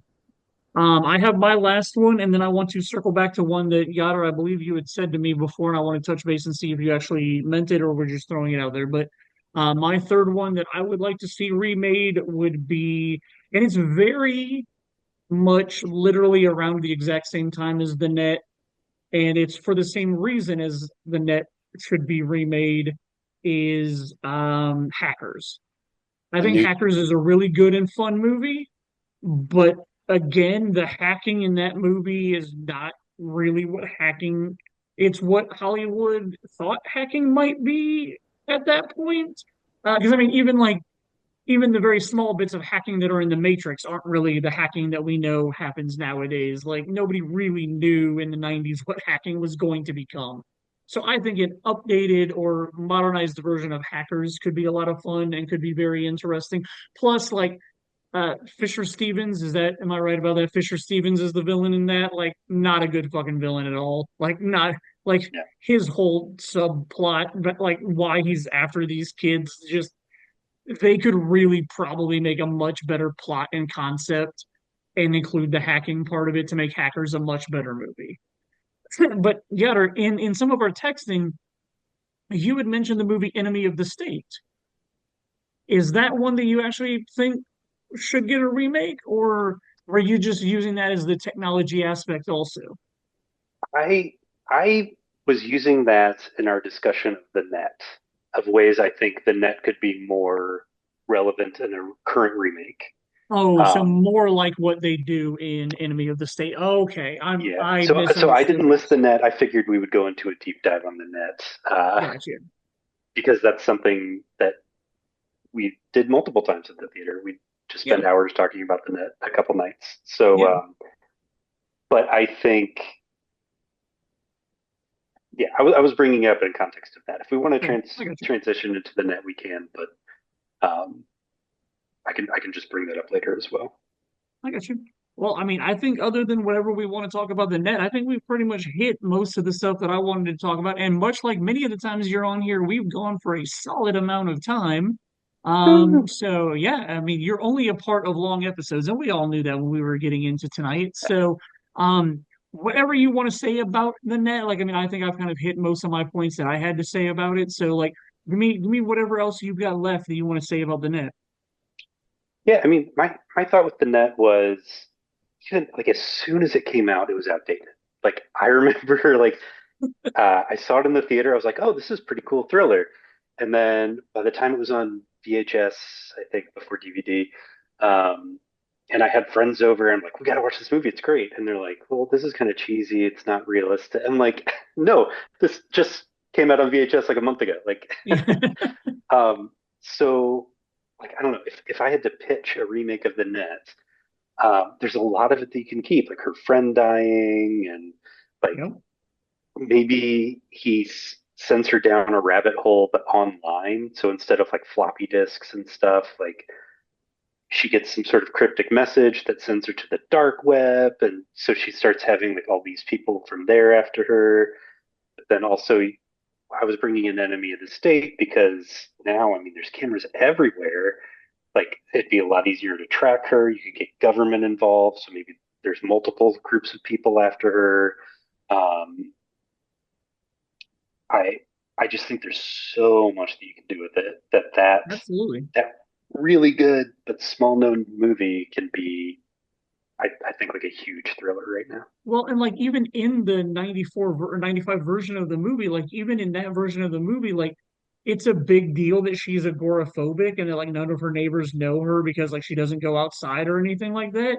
But like in 2025, like post COVID, like even if you said it in 2020 during COVID or the year or two after that, or even now, like she might have moved to California for a job, but it's work from home, or she might have, and however way she relocated post COVID and she works from home, it's not as big of a, so like if she lives in an apartment complex and not even in a house, like she barely could have ever seen her neighbors in this apartment, and it would be much easier than like the selling of her house and like all this stuff that they had to do in the original version. Like working from home and being much more disconnected from people is such a huge thing now. Like it's much easier for that to be a part of the plot to make it like why nobody knows who she is. Absolutely, absolutely. You know? And that moving is a good idea too, because now she doesn't know anybody in the community either. Exactly. Yep. And She then has nobody to turn to.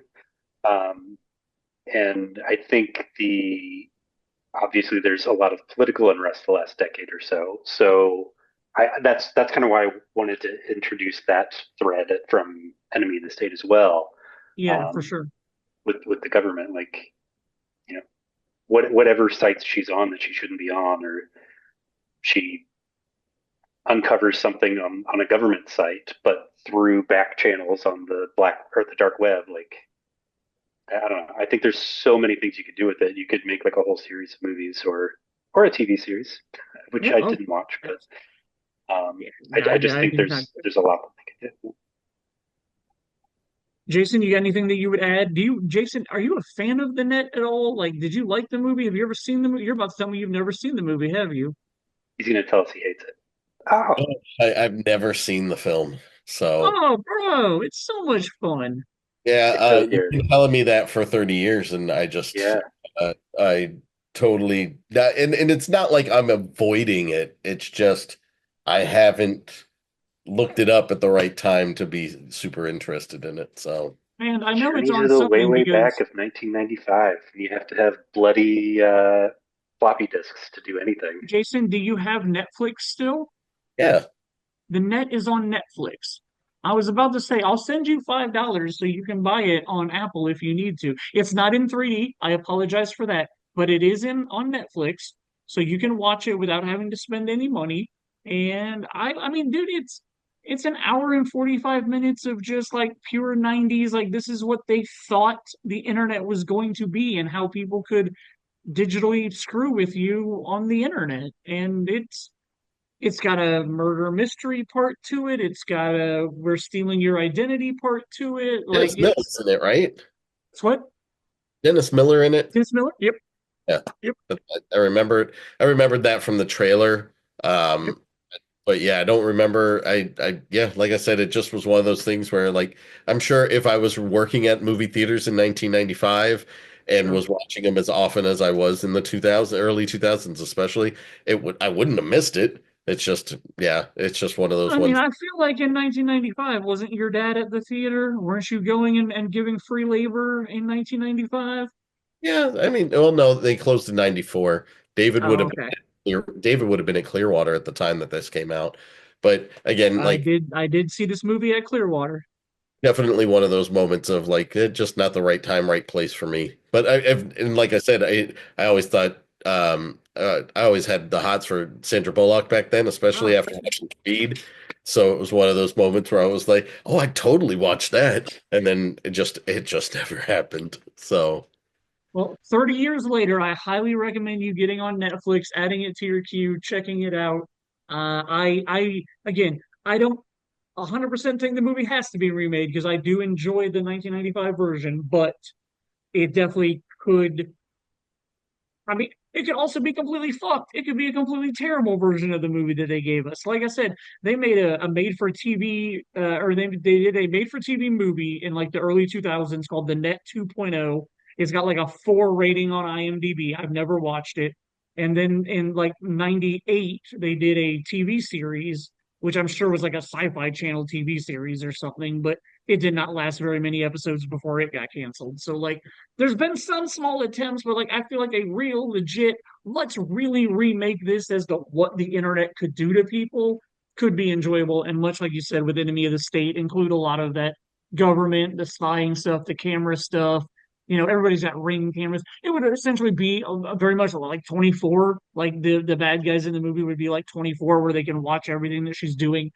It would have to be trying to figure out how to get around all of the camera systems and all that. Like it could be a smartly well done remake if somebody actually cared. um, but I Well, will say, go ahead, Yoder. that's another thing with her, like isolationism that you were talking about earlier, though. Like, she might not have a very big footprint since She doesn't go That's out. Like she hasn't been on a lot of these cameras, and she probably covers up her camera on her laptop and all that stuff. good Like point. Good point. Or dashing so, everything to her house. yeah. So I don't know. I think it could add a lot and say a lot about the current society, I guess. Even with Absolutely. like door dashing and stuff, like you said. Like, I'm gonna throw you both a curveball that you're not Oh, ready for oh, all right, okay. while Cool. thinking about this. Yep. I'm gonna ask this question and then I'll give my answer so you guys can have a couple of moments to think about yours.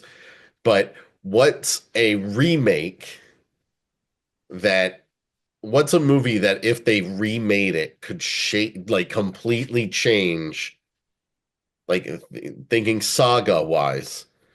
What's a movie that they could remake if they remade it could reshape the entire thing and make it a whole lot better? So I'm gonna start off with mine. Uh, I don't absolutely love it, but I think it's an okay movie. Star Wars Episode 7. Um, if I could, I would have them remake that though to completely change that sequel trilogy so that you could because in my opinion, I think one of the things that they didn't do well, and we were talking about it with like the Buffyverse and stuff like that, is like you could have like had the continued like you could still have Kylo Ren be Ben Solo, but like you could make it more maybe start off more with like Han, Leia, and Luke and like what they're doing because they're like on the run or something from Kylo Ren because he's hunting them or something along those lines. Uh, and then you could have completely changed like that dynamic and still brought in Rey and Poe and Finn even. And you could have, but you'd have to obviously change a lot of that. But I think that you could have, if you would have given us the original people and gone with that as a starting point, you could like go push out from there and go and explore those other characters more in depth. And I'd probably have a more fulfilled feeling while watching those movies, as well as uh, you could have you could have had the same pain points, right? Because it's not like Carrie Fisher. Like Carrie Fisher still passes between 7 and 8 and 9, and you're still kind of screwed with that character for a little bit. But I think that you could easily reshape the entire Star Wars universe and have done it in a proper way compared to just what we got. So I don't know. for sure. Even So just real never quick, having those original three characters on screen together in the sequel trilogy was a tragedy. real So quick, thinking about your question real quick, like, is this like if I is this is this like if I could go back in time to when episode 7 came out, I would prefer the reboot remake had been done differently? Or is this if I right now today had them reboot something, I would want them to like because it sounds like you're thinking like going back 10 years ago and giving us something different for episode 7. Is that correct? it could be either way. I was just Right. thinking, as far as bad movie, we were talking, not that The Net was a bad movie, but again, going back and remaking something that has already been made, and, kind of touching on the topic of whether it was bad or if it was good and it just didn't go in a direction that you wish it would have. And that's like Star Wars is like the glaring one for me because that sequel trilogy, even the prequel trilogy, I enjoy a lot more, and I was very critical of that for the 20 years before we get the sequel trilogy. So I just think that if you had the opportunity to go back and go to Disney and be like, bitches, look, your shit sucks. Let's put this in the proper hands for all three movies. Whether you just have a executive producer who actually gives a shit and will help lay out those blocks, that's fine. But let's get the original people back in here and bring in new blood.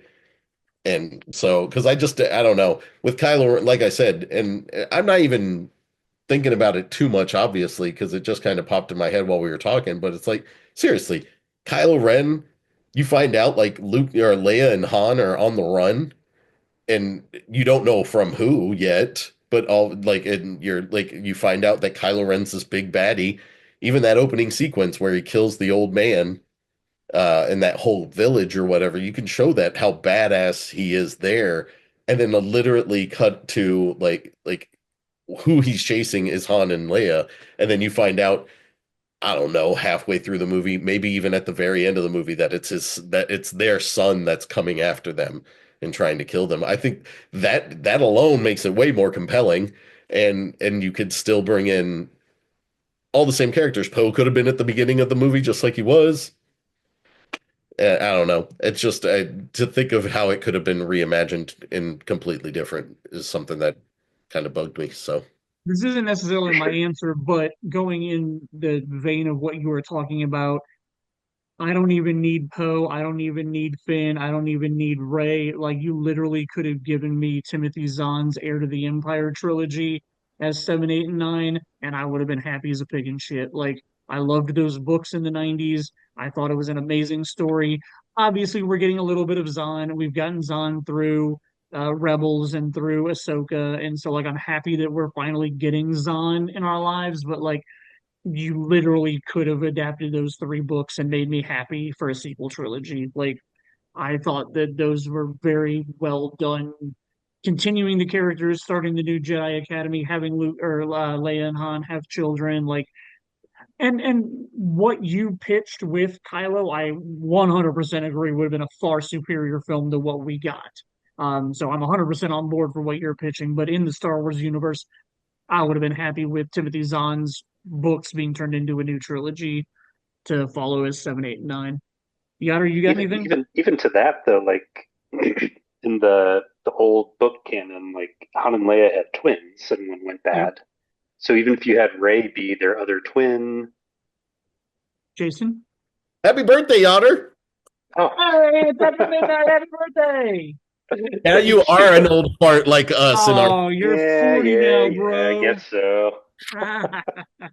man. What a couple of minutes makes the difference, huh? Whew, I'm feeling Right. it too. Ah, need to get a supportive chair.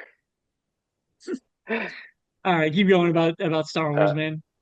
no, I was saying, so even if you can still keep like Rey and Kylo, just make Rey like Kylo's twin, and like Oh, she's sure. on the run with her parents from their evil brother. Like, um, I think they still could have done like kept a lot of the same things and just made them more sensible, So made what do them you? match with what we already had, I guess. Yeah. So what are your thoughts on what would you change in some kind of saga or whatever?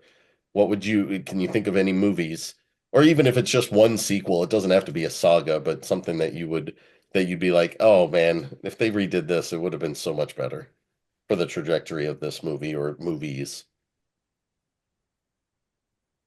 I'm gonna say you're both gonna hate me for this. Terminator 2. Okay. Oh, I wow. love I love Terminator, and I don't mind that in the second one he's a good guy. Like I think there's a lot to like about the second, but I don't like how kiddie they made it. Okay, Like okay. teaching them like catchphrases, thumbs up, and I think that aspect sent them on a bad road because none of the sequels are really all that good. They're fine, and if you watch them like in order, they kind of make sense. But I think if from two they didn't try to make like kids movies and like focused more on telling like one bigger story instead of like, well, here's this one movie, maybe we'll make another one someday and worry about it then. Like, I think if they set out to make like a bigger story and had more of a plan from two, then I think it would have been a lot better. Okay. I can buy Yeah, that for sure. I wonder how much of that has changed his work ethic with like Avatar because I see where you're going with that, and I totally understand from the kiddie aspect of things, but he wasn't involved with any of them again until Dark Fate. And like um and again, he didn't, I think he wrote that or at least gave them the story plot idea or something. Um, which wasn't very well executed at all in that sense. But I get where you're coming from, but it makes me wonder if like if that's something that did affect him and he was like because he always said T2 was the end of it. He was like, that's just over. It's just Yeah. done. Whereas like Avatar, him already having the idea of having six of them. And so like I wonder if it's him growing as a filmmaker that he was like, "Oh, I can build this world and it can be so much bigger and bigger and bigger." Whereas like with the Terminator sequels, like I didn't mind Genesis a whole lot. That was probably my favorite. That's not a Jim Cameron one.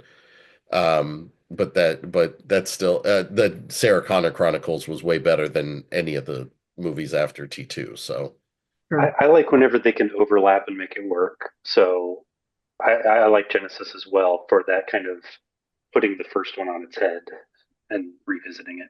Like Saw, what is it, three, four, and five? Like you realize at the end of those movies that they all take place like at It the was same time or at the something, and exact same time. Yep. it's like that's really good writing and makes Yeah. this movie better because it adds like Because another yeah, dimension. they're not So great movies, and Jason and I've talked about that a bunch. Like I don't think they're yeah, great movies, but no, like no, no, I think their storytelling and the way that they overlap things, and like you said, three, four, and five all take place at the exact like he's multitasking, killing people. Like he's got all yeah, these things going on at the same time, and then seeing how they all come together is like that's kind of cool. Like yeah, okay, it's kind of like Friends compared to How I Met Your Mother, right? Like that's one of the things that we love about How I Met Your Mother is how it was always like I can reference this and go back to that, and it's always a continuing point for so long. Whereas like Friends, it's like they joked about Monica sleeping with Joey um in London, and then like they never touch on it ever again. Nobody ever mentions it. Nobody acts like and it's like, wait a minute, so you were lying the entire time? Like you lied to, like the it like just you, happened off screen. We just didn't see it. my They my just didn't need the document. We knew that it happened. my oh, favorite of those, if you think about it, is Rachel and Chandler met for the first time three different times. Yep. They meet in the pilot. Yep. They meet a year before the pilot in that first flashback, and then they meet Yep. like in the '80s at And Thanksgiving. at Thanksgiving, yep. Very yeah. Crazy. fun. Well, and actually, isn't it four times then? Because it's the year before when it was the bar. It Uh-huh. was the very first episode in the coffee house. They meet at Thanksgiving. Thanksgiving, and then the party. Oh no, because he says They no, already knew each Oh other then. no, I remember you from Thanksgiving. You're right. Yeah, yeah, yeah, yeah, yeah. yeah. So my fault. It is only No, three yeah, times. yeah. No, I was thinking you were right. But yeah, Yeah. so I If think the Air series would be awesome if you could redo that. if I could redo something, I think I would make Furious 7 a revenge movie and kill off Brian O'Connor. Once once Paul Walker passed away and they knew that his character could not go on in the franchise, I wish that instead of filming around that they would have taken the time to rewrite the script for Furious 7. And I don't even remember who the villain is in Furious 7. I can't even remember who the bad guy was now. I Who's that? think it's Oh, Statham. no, no, it's his brother. Or Oh, okay. yeah, it's Owen Shaw. Yeah, no. However, their house is destroyed by Deckard Shaw, brother to Owen Shaw. No, yeah, I think you're right. It is Statham. Yeah, I'm sorry. Yeah, Deckard Shaw is that one. So yeah. Um. So but I mean, if you would do my version of it, it would have ruined the Hobbs and Shaw movie. So you couldn't have done that. But like, I feel like, That movie was horrible. You're yeah, fine. I know. I was being a little facetious there with my comment. Um, if if Jason Statham had killed off Brian O'Connor in the seventh movie, You could have rewritten whatever you had filmed to be worked into the first third of the movie, make the end of Act One being Brian O'Connor actually dying, and then making it the last two acts of the movie a revenge film, and like Dom loses his shit, like Dom goes off the rail, like Dom leaves everybody else because he's on such a revenge path. Like I feel like you could have changed the trajectory of the future of the Fast franchise, because I have problems with like the most recent one where like Mia can leave being a mom to come on these ridiculous adventures, but Brian, the dude that started all of this, stays at home and is stay-at-home dad now. That really bothers me from a storytelling standpoint. And don't get me wrong, I still love the movies. If you're listening, I still love these movies. It's a great franchise. It's so much fun. Great time.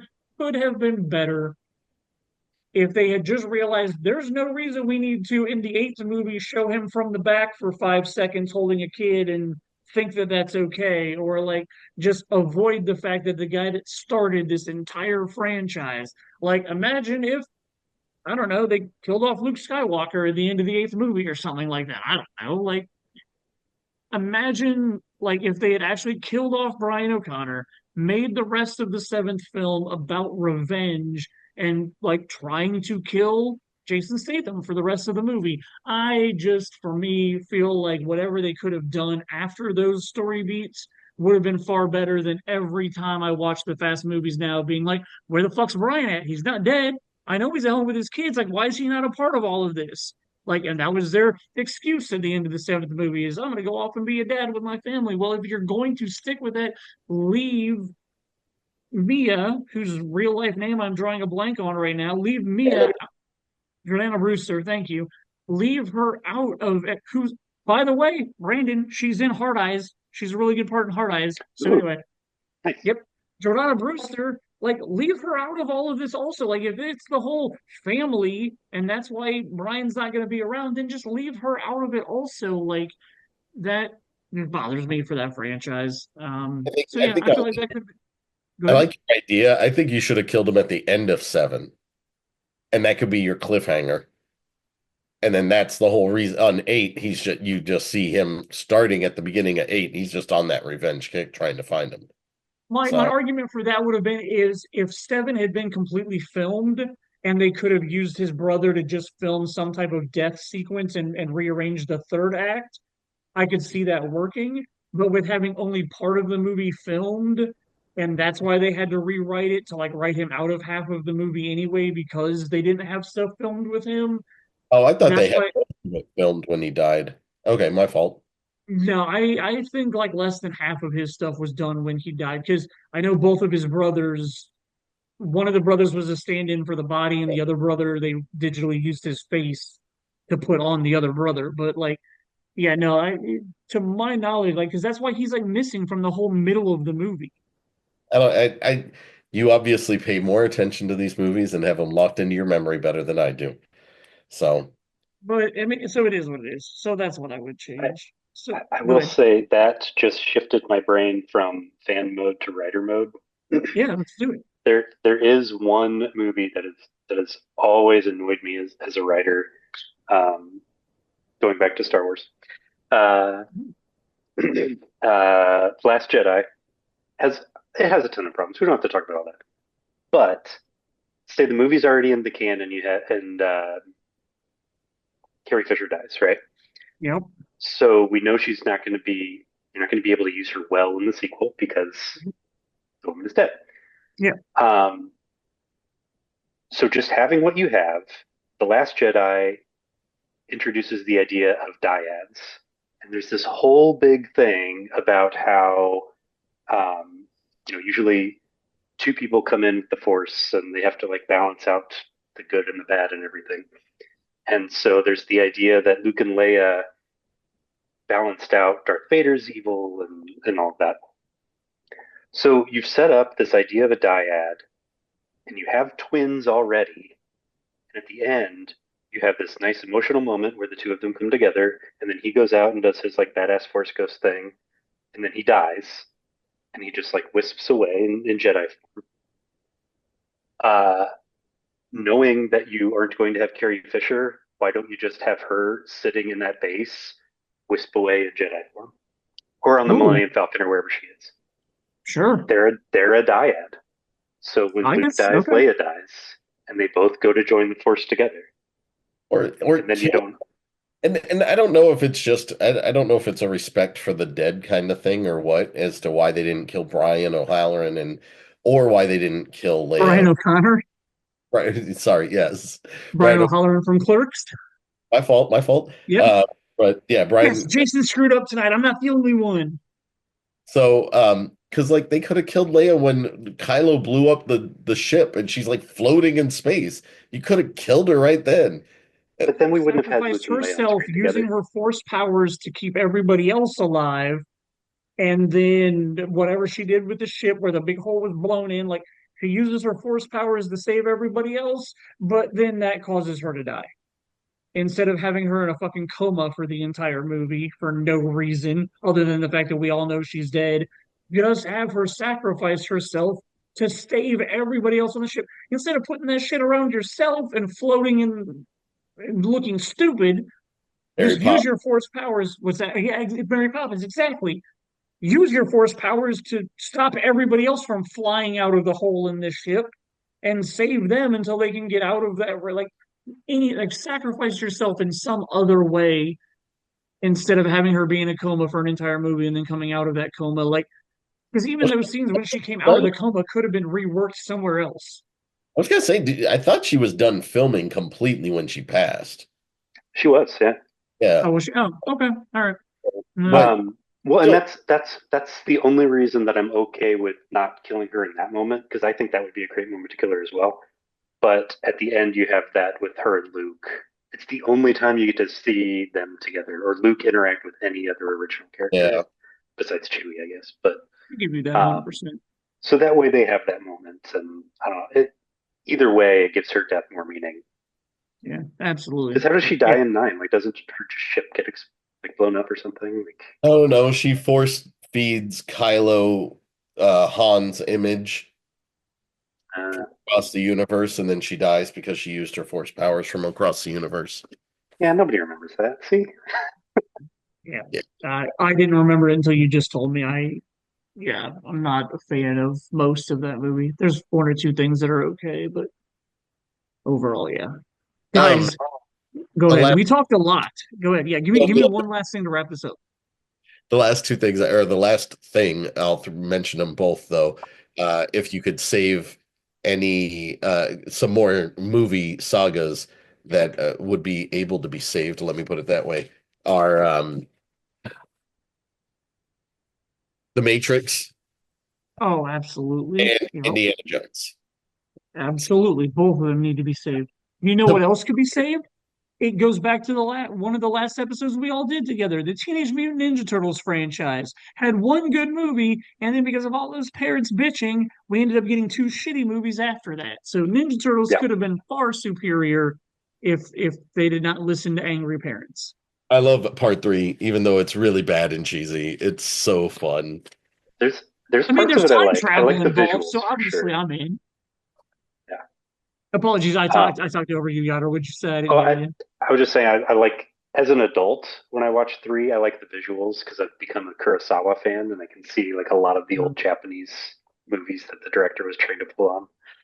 But that makes sense. yeah, Maybe I should give three a shot. I do own it digitally, so maybe I should watch it again there you soon, go. but I Have you just watched TMNT, the animated one from like '07? love that one.